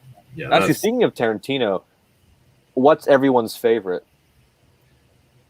Reservoir Dogs. Nice. Mine's Hollywood. Adam? I really like Django. Ah man, that's a classic. I don't want to say Pulp Fiction because it's too easy, but It's like my second favorite. yeah, but second favorite under Pulp Fiction is Inglourious Bastards. I haven't seen that one yet. Oh, dude, it's amazing. It's so good. You're gonna love it. The true question is, what's everybody's least favorite, and why is it Jackie Brown? Jesus. Actually, or I guess Death Race. Death Proof would be the other one. Yeah, Death Proof. Yeah, Death Race is another movie. That's of which I have not seen. Yeah, that's a completely different. Yeah, Death Proof. Yeah, there we go. What is that noise? Nobody else hears that? Maybe it's me. I didn't hear anything. I'm hearing like this weird feedback coming through. I don't hear anything. Maybe it's just me. You guys hear anything? I don't. It might be the heat from my laptop. No, I don't think so. Yeah, I don't think so. I It don't. was me. It's on my end. I fixed Oh, it. okay. I did. I had to wiggle some wires. I'm gonna turn on a light real quick. Okay. I know he got He over got the real course of dark. this. He just got really dark. I will say though, I think Jackie Brown. I think it's a good movie, but obviously it is one of his weaker ones. Yeah, I know. I liked it. It's Yeah. just his movies are on a whole nother caliber than that one and Death Proof, which is a very uneven movie, I think, because the first half is so pointless. Once you make it to the second half, it's like, what the hell was that for then? Right. Yeah. Agreed. Yeah. Those are his older flicks where he was still learning and Yeah, but Reservoir Dogs is his first, and it's awesome. And Pulp Fiction is like soon after, and that's it's like his another third or something masterpiece, crazy. So. Yeah, but that's when he broke his cinematography virginity. Like, of course it was going to be awesome. He's putting everything into it. I think for me, Jackie Brown and Death Proof, he kind of wanted to indulge himself a bit, and not in a bad sense, but like obviously he loves blaxploitation films, and Jackie Brown was this huge homage to it, and that's kind of like him self-indulging in that like love and homage to blaxploitation as a genre. And then Death Proof is his self-indulgence on like the grindhouse kind of genre. So I get why they're weak, because it does kind of feel like him kind of like jerking himself off a bit, being like, I did a blaxploitation film, like I did like grindhouse film, but I guess what you could say is that it's the Pacific Rim of grindhouse films. Oh my God. It all comes full circle. It all comes full circle. But I think the other films like try to be like, like a mix of blaxploitation. There's like Asian cinema, there's like westerns and stuff. So like the other ones are like like a bigger picture idea that he had to like contain himself. But I think his most self-indulgent film might be Hollywood. Like that's him Yes. super self-indulgent. Yes. Like having entire like TV episodes made and shit. I'm like, yo, like I love you for doing it, but you didn't have to do it. But I love you for doing it. Like it's fucking fantastic. I eat it up. That movie's so good. It's so fucking good. And like Rick Dalton's in that Nazi movie with the flamethrower, and he's like, "Oh, you ordered fried sauerkraut." I'm like, "Oh, it's so good." It's funny so enough. good. I started and ended my marathon with that movie, and with Hollywood. Yeah, and I had seen Inglourious Bastards before, but it had been a few years, and so in my memory, they kind of got mixed. And so the whole time watching Inglourious Bastards, I remembered the ending being that they kicked down the doors in the theater and then torched him with the flamethrower. Oh. And when it didn't happen, I was like, what the hell? How did that not happen? Because I thought he was recreating that scene in Hollywood. I thought it was like supposed to be an intentional reference to his own movie. And so when it doesn't happen, I was like, wait, what is happening? It could be. That's interesting. It could be.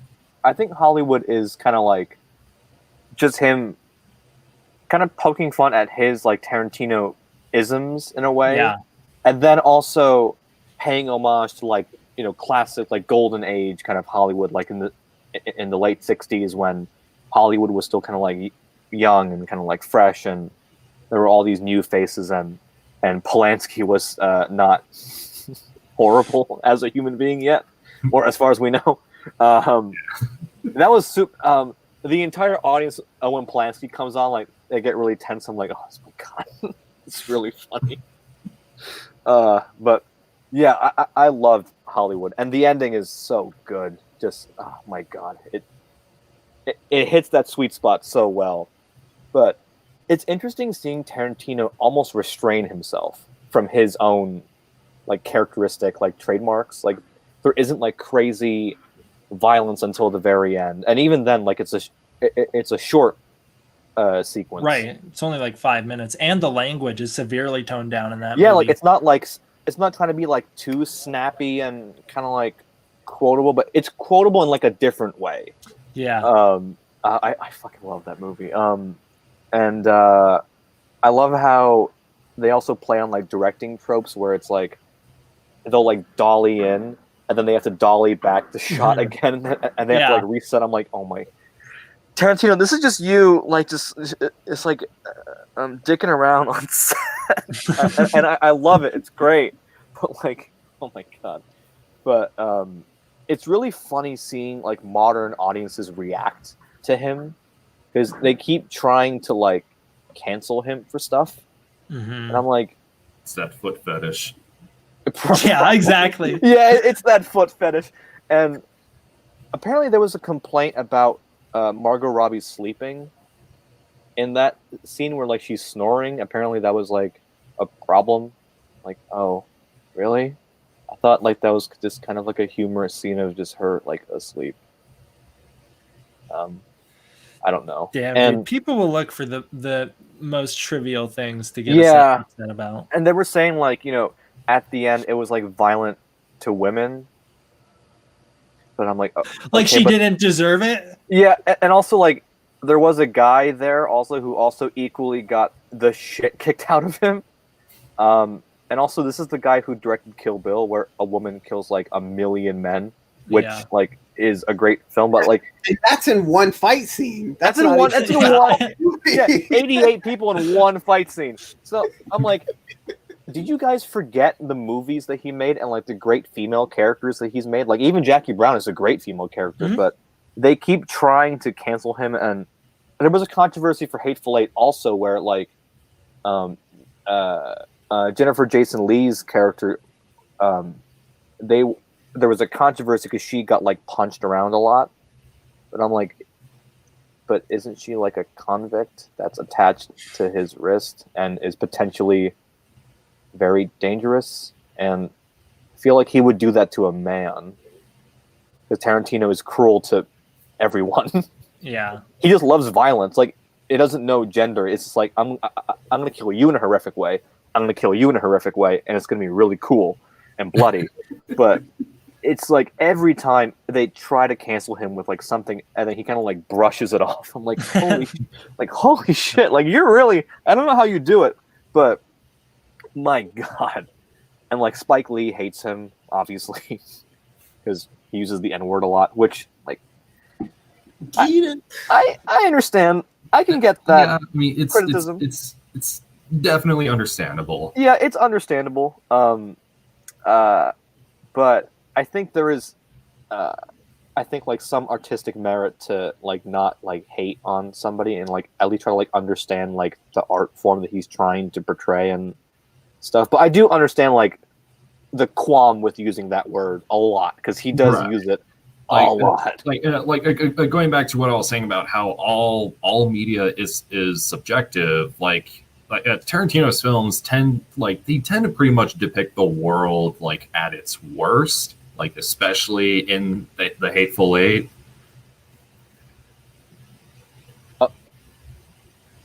Wait, did my no, you're good. You're good. You're good. There was like a mic thing. That was a joke time. We were all just trying to see if we like could get you. equality. Everyone gets beaten to death. Yeah, Exactly.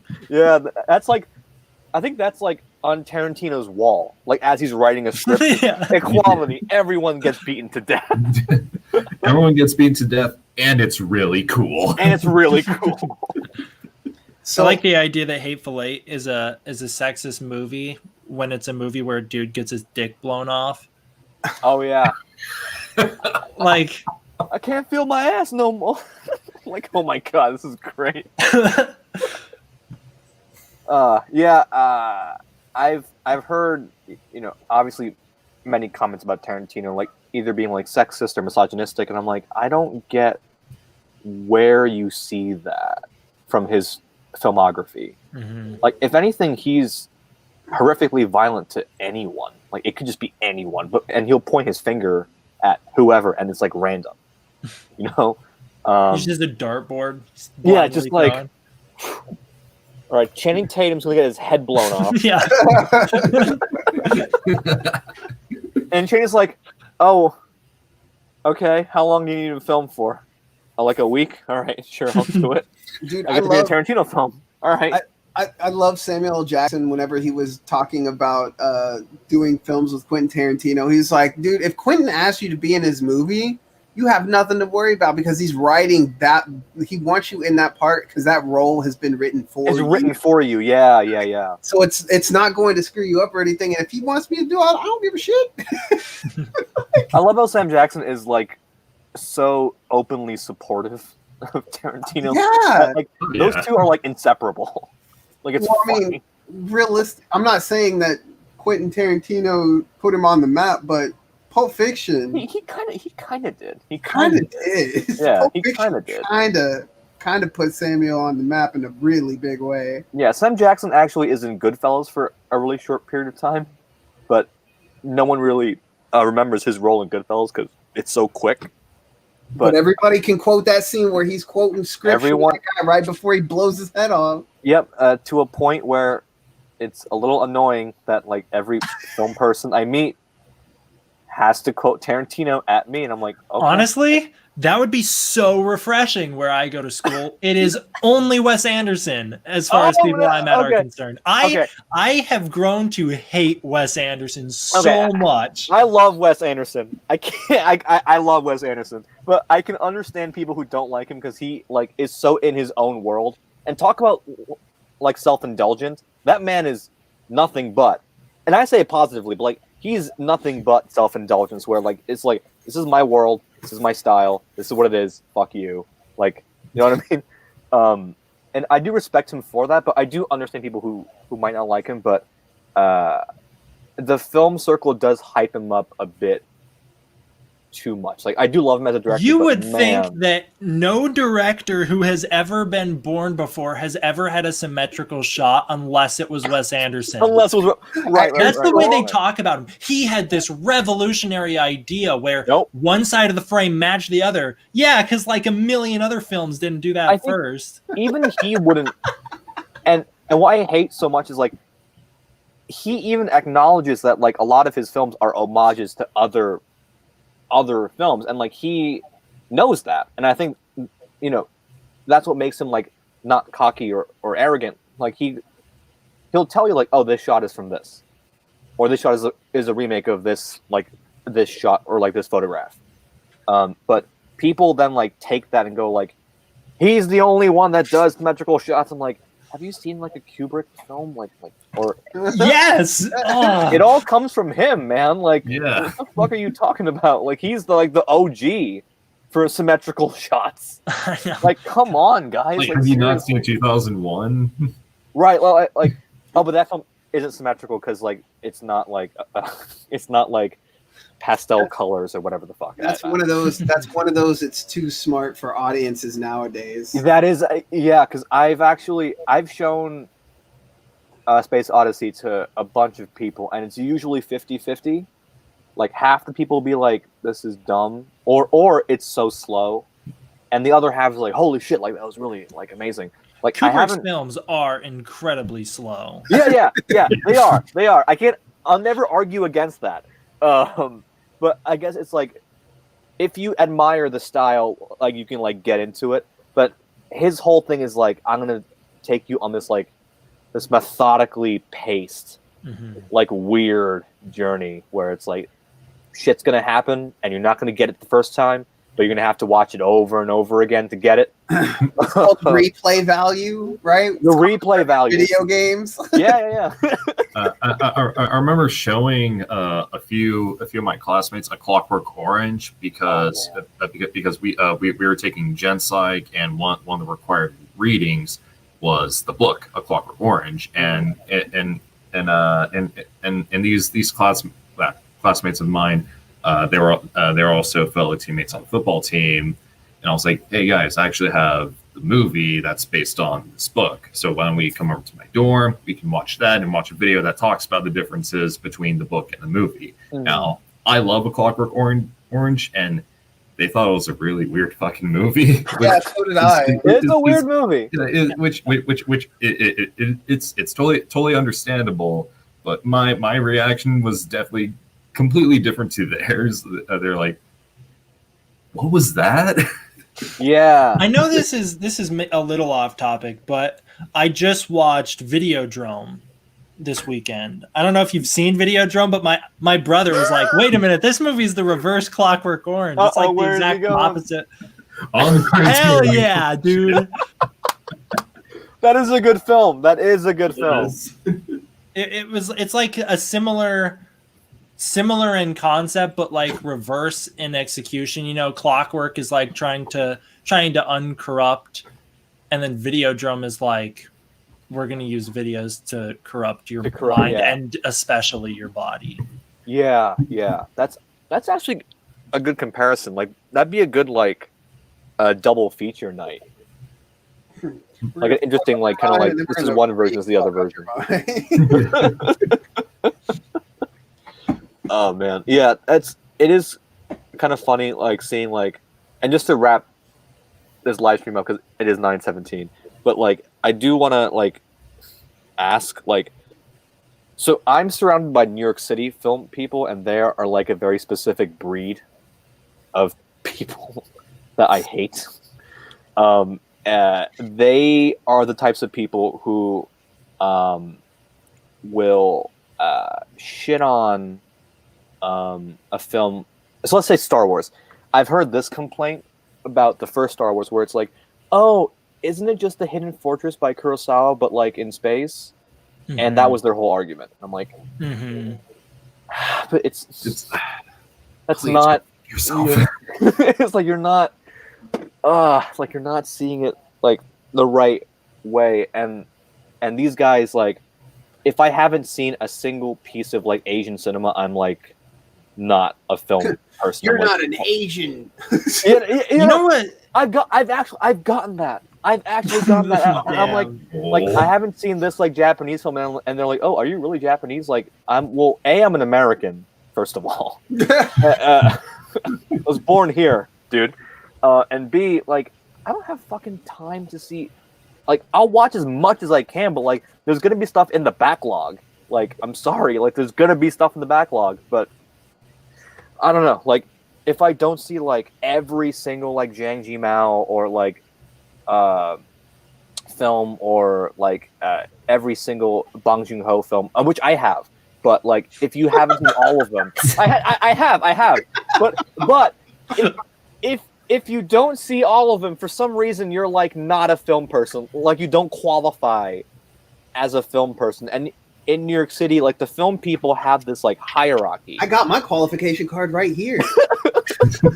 Honestly, if those are the criteria, I'll gladly not be a film person. Yeah. If those are the criteria, no thanks. I'll pass. It sucks, dude. I'm like, can't we just like film and like talk about it? Like that's how people here are with Wes Anderson. It seriously is like the cult of Wes Anderson, where it's there is not another filmmaker that isn't Wes Anderson. That's the only person people talk about. And then of course when a new movie comes out, it has to be like an artsy movie. So like Lighthouse, Parasite, I forget. There's some other ones that have come out recently that like are adopted into the cult. Midsummer, yeah, exactly. Yeah. These ones are adopted into the cult, and it has to be either Wes Anderson or one of these very specific artsy films. And most of the time, I haven't liked them. Mm-hmm. And I just have to sit there and like really keep my mouth shut. Because if I say, yeah, I thought Parasite was okay, that's the end game right there. That's the end. That's the end. And there's also another camp where there's like the reverse camp of the artsy people where they're like, I only watch Marvel movies and all of the film like stuff that I know is based on the MCU. I will take that over the artsy stuff because those people typically aren't pretentious about it. They're just, that's just what at least they just like that.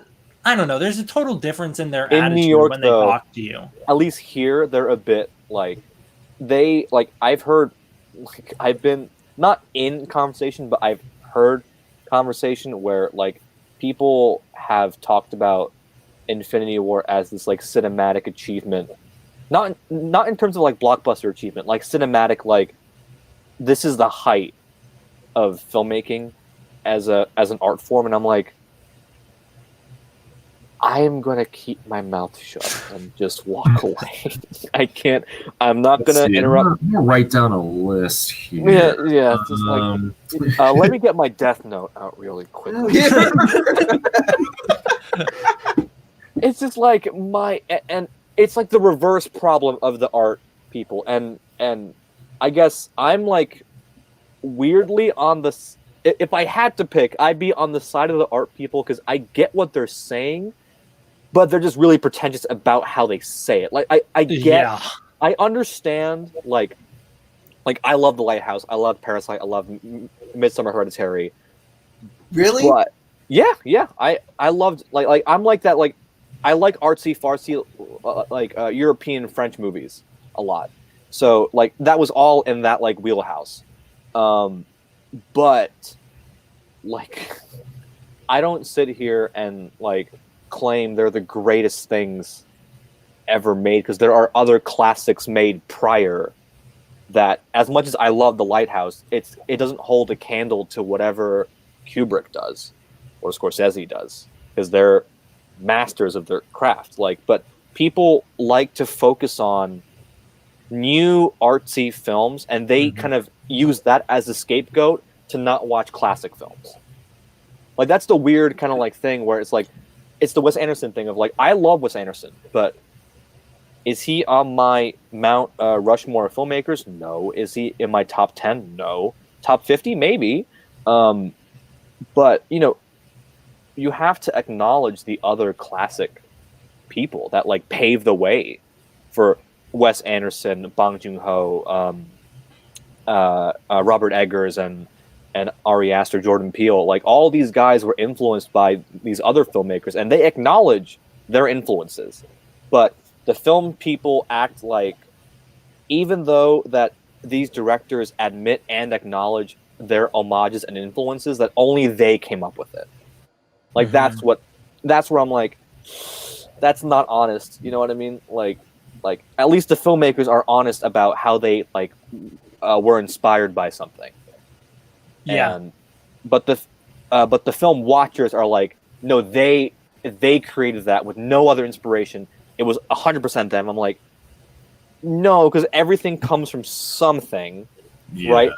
Like, look at Tarantino's works. Like, they're original, yeah, hell yeah, but I can piece together every little, like, fucking thing that he takes from other things and puts them in his movies. Yeah. And that's actually another interesting one, Tarantino, because that's where I'm at.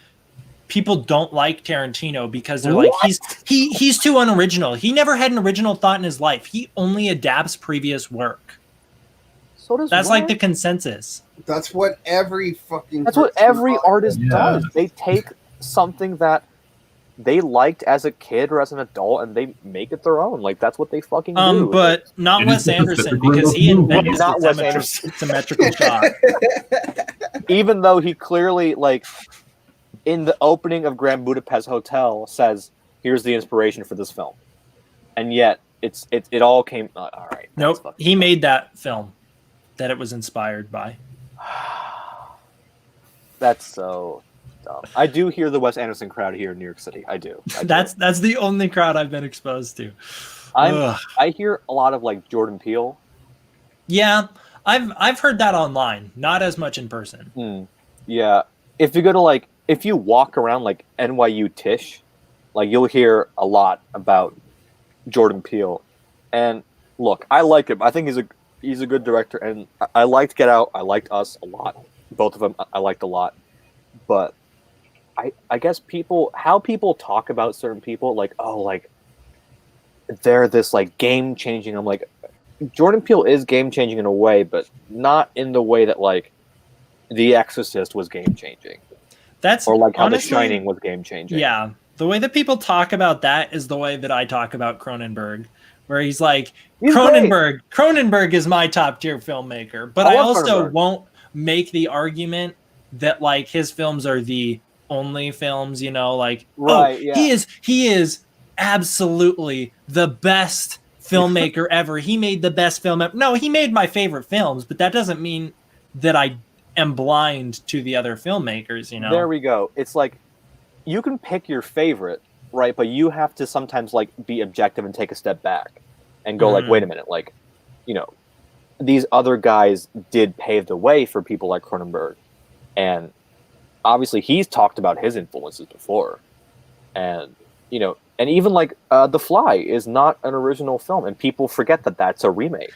Yeah, of another film. And the original film wasn't even an original film. It was, it was an adaptation of a short story. Yeah, and that original film is like super underrated. People don't watch it, but it's a really big time. Film. It's awesome. A really good film. I think it's on YouTube.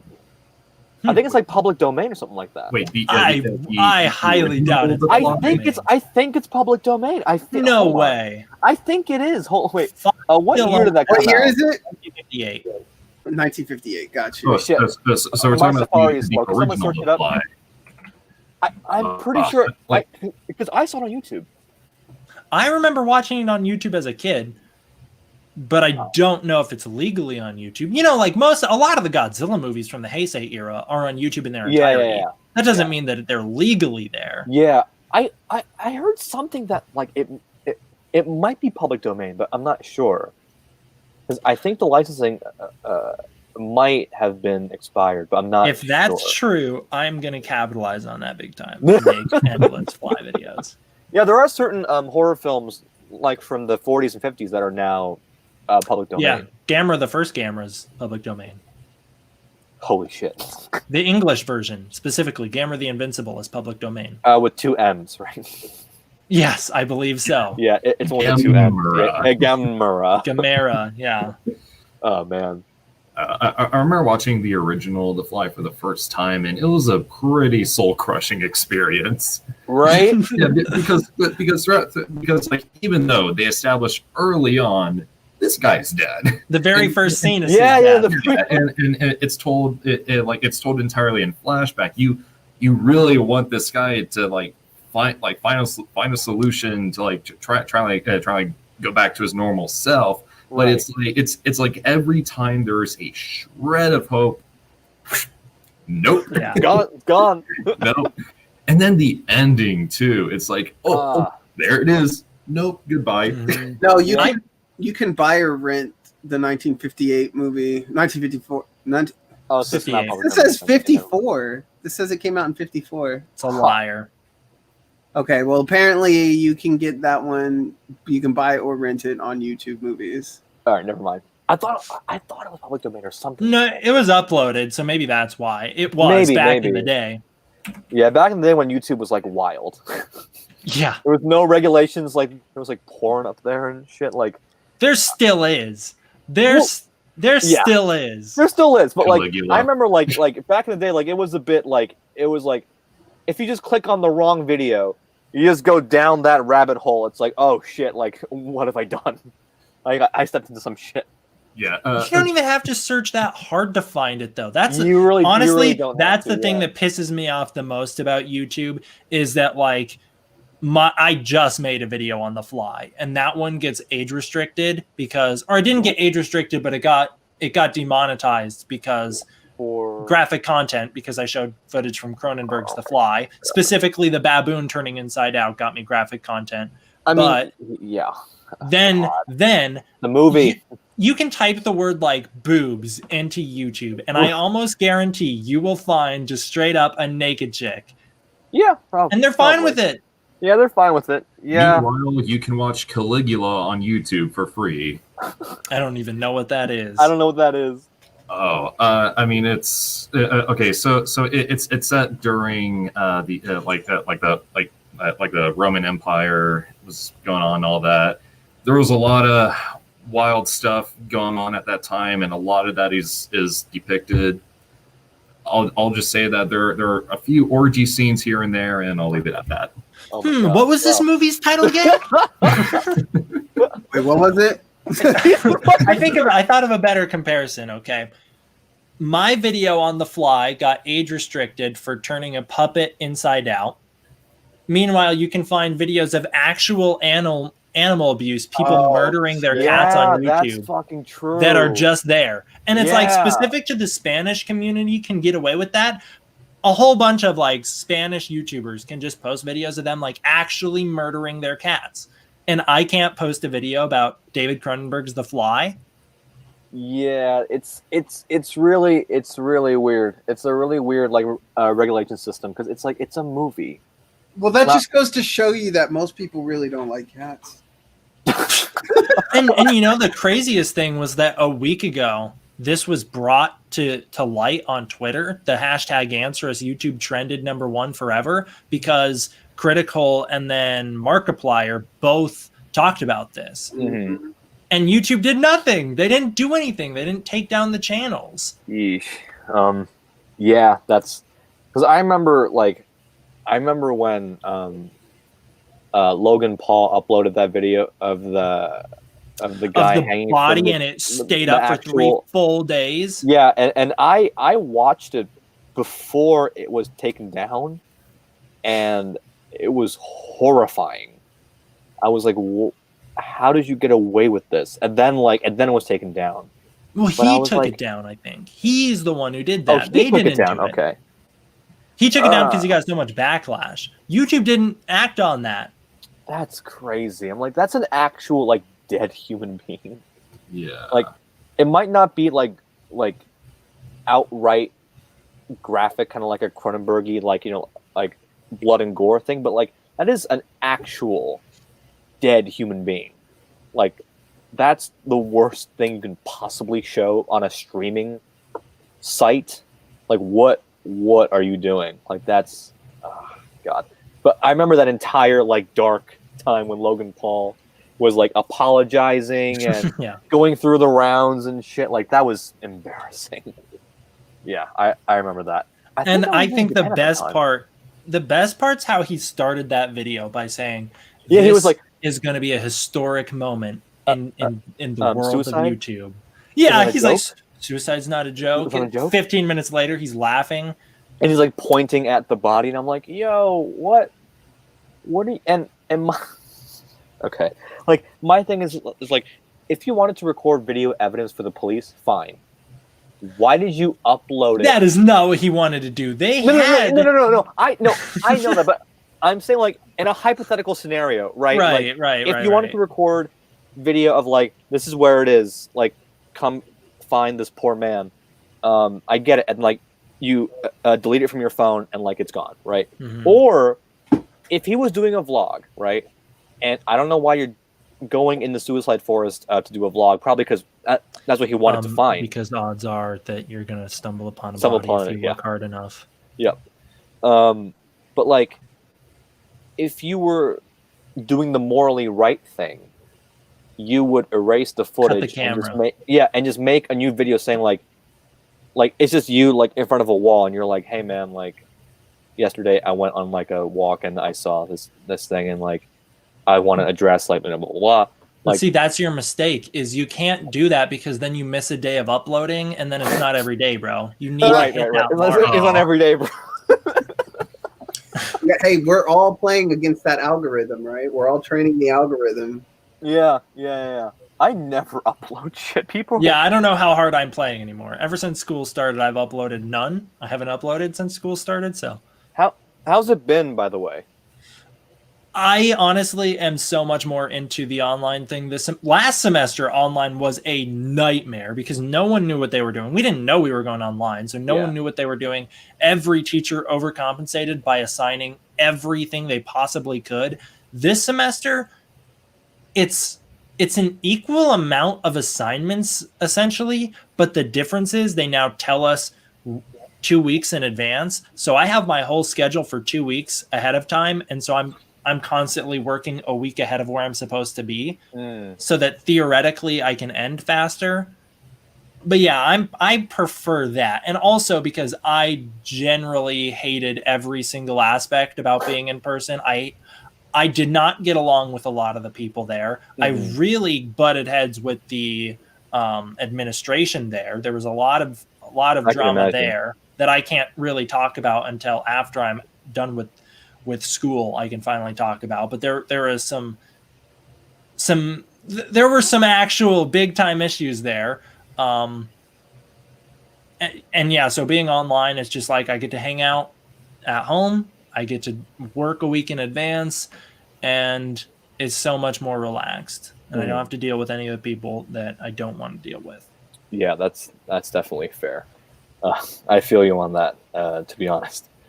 But yeah, gentlemen, it is past 9:30. Why don't we start like wrapping this up? There's one last thing I wanted to ask everyone, because we all come from like a filmmaking background.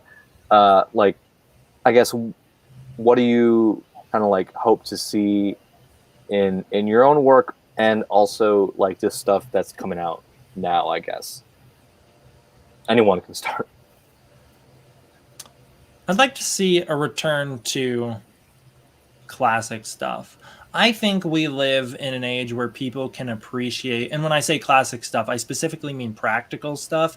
I think we live in an age where people can appreciate tangible objects being shot in front of a screen.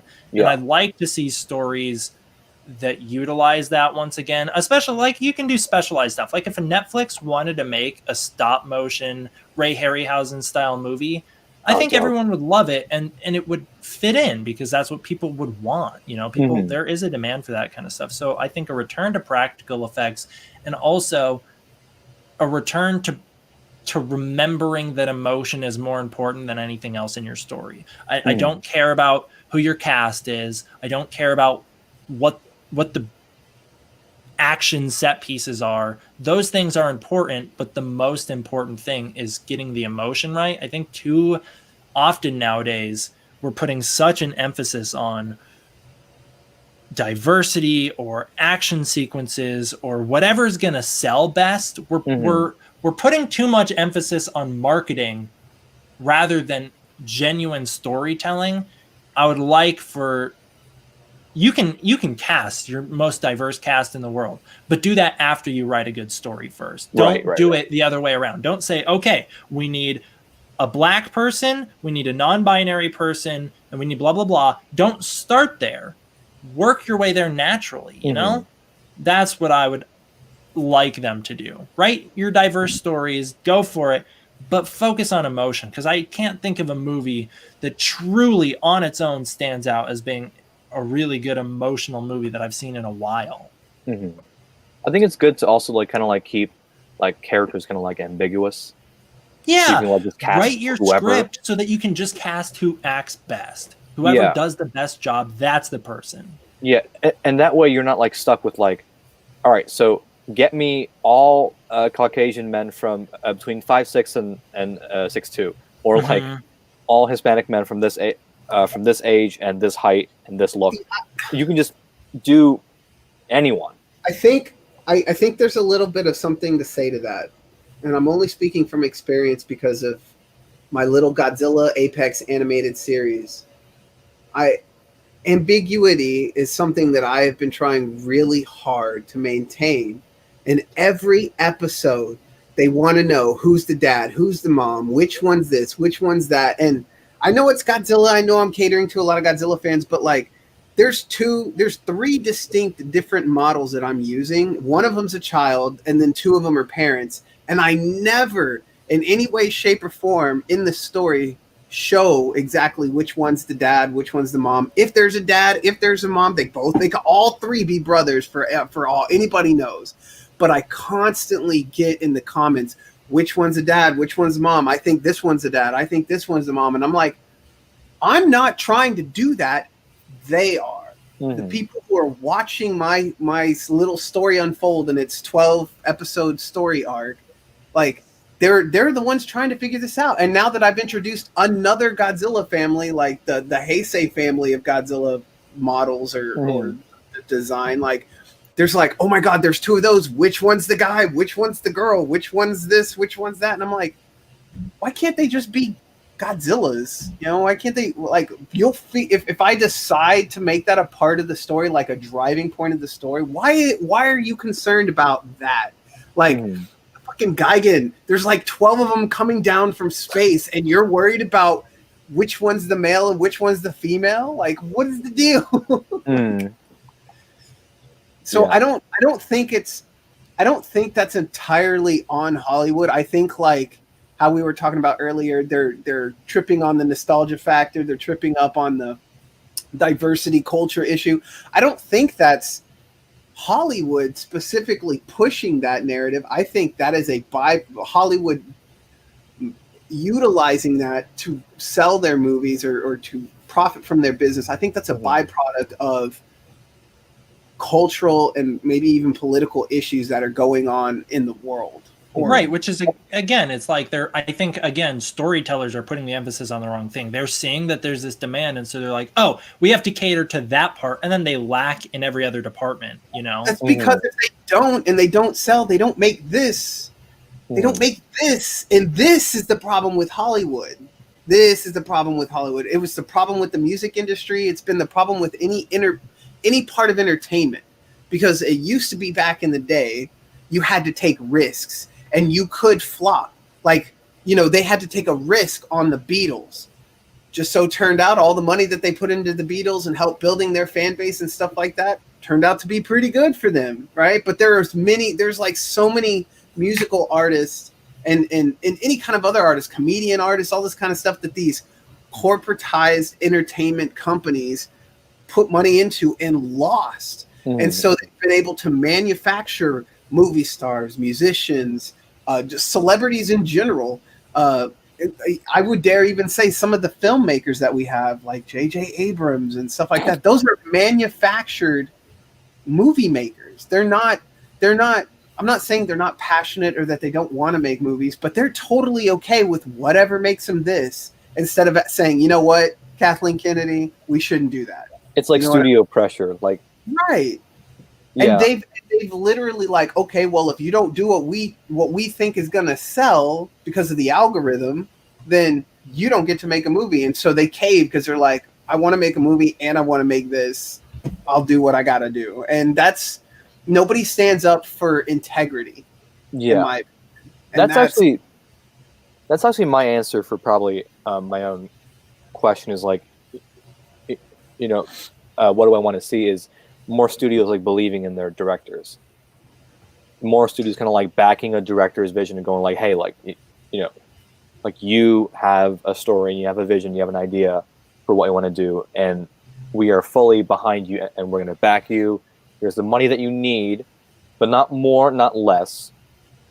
And here you go.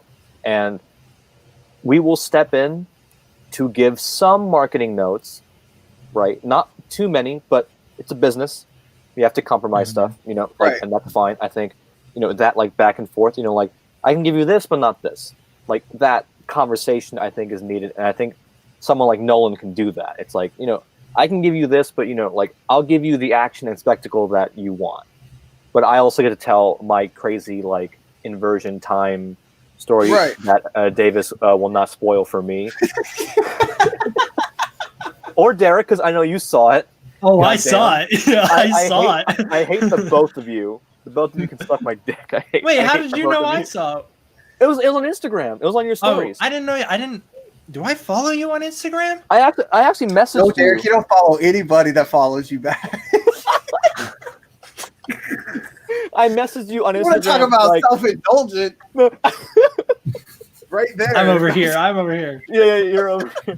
I messaged you on Yeah. Instagram because I was worried if you were like if you couldn't make it tonight, and I messaged you on Instagram, and then as I was doing it, I saw your stories, and I was like, oh shit, he saw Tenet. I hate him so much because he saw Tenet. I don't even want him to show up anyways now. Screw him. He can't come here because he saw Tenet. Damn, I did not even know you had an Instagram. Oh shit, yeah, I do. I have an Instagram. Found it now. Nice. But I do want to see Tenet. But to wrap up, like my point, it's like, you know, the studio gave Nolan whatever he wanted to make Tenet, and Nolan was like, "All right, I'm gonna give you this marketable movie because A, it's got my name on it. B, it's got action in it. C, it's got Denzel's son in it. D, it's got Robert Pattinson in it.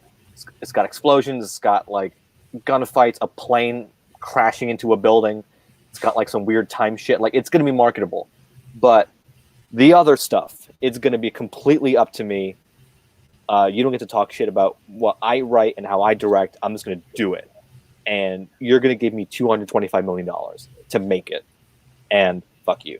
Like I think that's amazing. I don't want to bulldoze anyone here, so I'll keep this quick. But I think a good example of this on a small scale of I guess you could call it studio interference, but it also goes along with what I was saying, emphasizing the wrong aspects of storytelling. In film school, going from my first semester to my second semester, we all wrote scripts in our first semester, you know, to like get into the pool for second semester to see whose scripts would get made.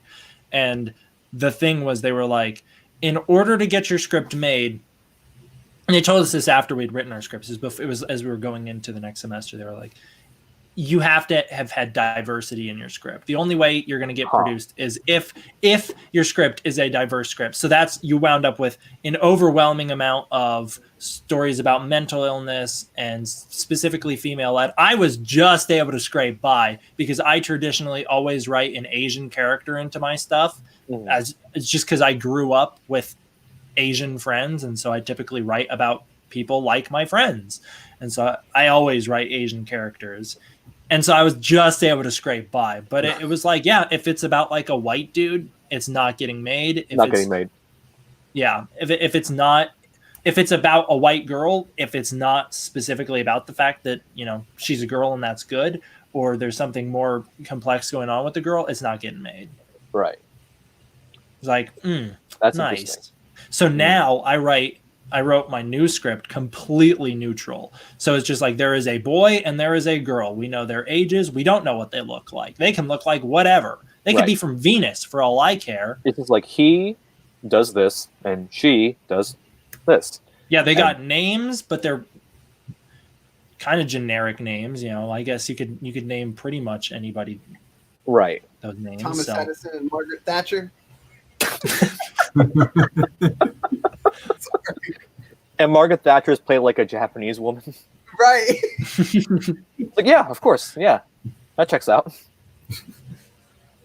Davis, did you have a thought about like what you want to see when it comes to filmmakers or filmmaking as of right now?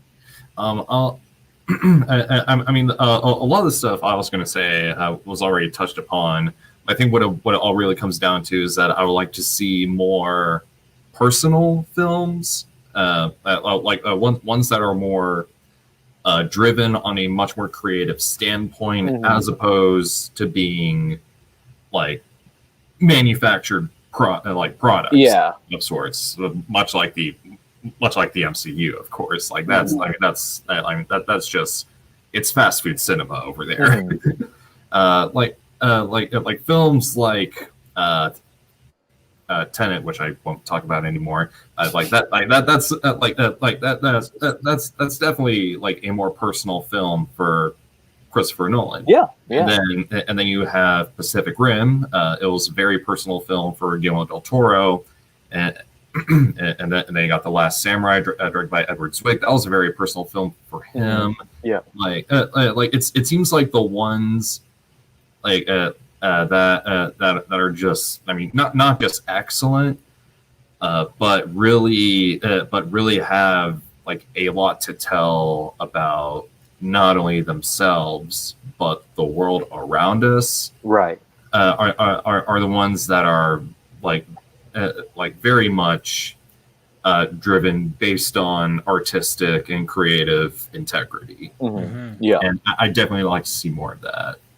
Agreed. Yeah, definitely agreed. Yoko had mentioned Jordan Peele earlier, and like look at Get Out. Yeah, that's one that that would fit everything that Hollywood would want it to fit. It's not about white people for the most part. That's not the point of the movie. It's actually about the opposite of that. Yeah, it's the opposite. Yeah, and it does not emphasize action or spectacle over storytelling. It puts the emotion first, and it's a very personal story from him, and that's why it delivers. Yeah, it checks all the right boxes. I definitely agree. I think a film has to kind of be like not just a director that you hired. Like, it does have to come from the director. She has to come in and be like, this is what I want to do, and this is what I want to make.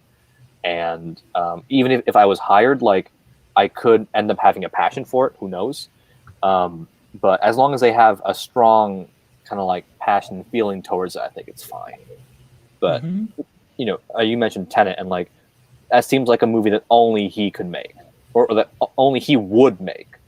And Right. I think we need more of that. It's like, oh, that movie, only he or she could have made that. We need that kind of thing. But now there's a lot of okay, that seems kind of like a vague directing style, but okay, pretty mainstream. I think to me, a good director is if you see a single shot of their film, oh, that's him, that's her. Instantly, off the bat, oh, okay, I know who this is. But I feel like a lot of people nowadays are kind of in the, yeah, I'm not even playing even him. It is true. He does have a very specific style, and it works to make money. I actually argue, and this is laughable, but I think he is an auteur in a weird way. He is a very marketable auteur because he clearly makes these dumb, big action blockbusters, but they're made in such a specific Michael Bay way that I can't ignore the fact oh, an auteur is a definition of this person has a very distinctive style and will not stray from that style and is very, very unique. And Michael Bay fits that category, even though he's not who I consider a great director. I think he has the trademarks of you see a shot of his and it's a constant sunset for the entire film. You're that's Michael Bay. And all the people I'm directly below the enemy scrotum. Michael Bay. And just sexy woman bending over cars. That. Left Jake. But you can tell all the copycats too. All the Michael Bay copycats, oh, that's a Michael Bay shot. You're doing the Michael Bay. All right, that's how auteur he became, but he's a weird one. But yeah, definitely though, somebody with a vision and an idea in mind is coming in swing hard. You know what I mean? Like get a swing for the fences. Don't kind of like half swing and then you like do strike it for out. the paycheck. What was that? Do it for the paycheck. Do it for the passion. Yeah, yep, exactly. Like if you get like a good sizable paycheck off it, that's awesome. But at the end of the day, like I want you to like watch your film and be like, oh yeah, I'm proud of making this. Like I didn't sell out. Like this was a good film that I had passion for, and obviously like it's not perfect because no film of yours will ever be perfect. But it's like that's close to being perfect. It's like, all right, that's fine. But everything else is kind of like, we'll see. But I think it's going up from here. It's going to be uphill from here. I think like Tenet will kind of like movies like Tenet will kind of like pave the way for like more independent, not independent, but like original blockbusters and stuff. Hopefully, so we'll see how it goes. But yeah, I'm excited to see some Tenet ripoffs. I hope that it's going to be funny. These low budget producers are just like, oh, and they won't understand how to do it right because no one will understand how to do it right. They're just gonna make all their actors walk backwards. Yeah. And they'll have to like ADR everyone's lines because they're all going backwards and shit. Oh, they gotta learn the script backwards then, probably. I want to see that. That'd be funny. Left to right. I mean, right to left. I can't read this. Like a manga. It's like a manga. Or you're reading the script like in front of a mirror. You're like, yeah. Okay, I saved that. All right, got it. But yeah, gentlemen, it's closing to 10 o'clock. Well, why don't we end this stream here? Thank you guys for joining this 3-hour talk with us. If we're available to do more of these, we definitely should. And we can like add more people if we want. I love talking filmmaking with you guys. Not that I don't like talking about kaiju stuff. It is the only questions I get asked, so it is sometimes fun to like branch away from that a bit. But I would also like to talk about some like tokusatsu stuff at some point. Dude, I thought it was hilarious. As soon as Derek got in here, they were like, "Derek, what's your favorite Godzilla?" Yeah, I saw that. I saw that. You know what? Guys. That'd be the last question for today. Derek, you want to take that? What's my favorite Godzilla movie? Yeah, what's your favorite? An unpopular opinion, 1962's absolute classic King Kong vs. Godzilla. That's yeah. That's about right. All right. Yeah, that's about I'm right. okay with that. Yeah, I'm on board with that. All right, guys. Thank you for joining. Have a good night, guys. Take care, y'all. Bye, everyone.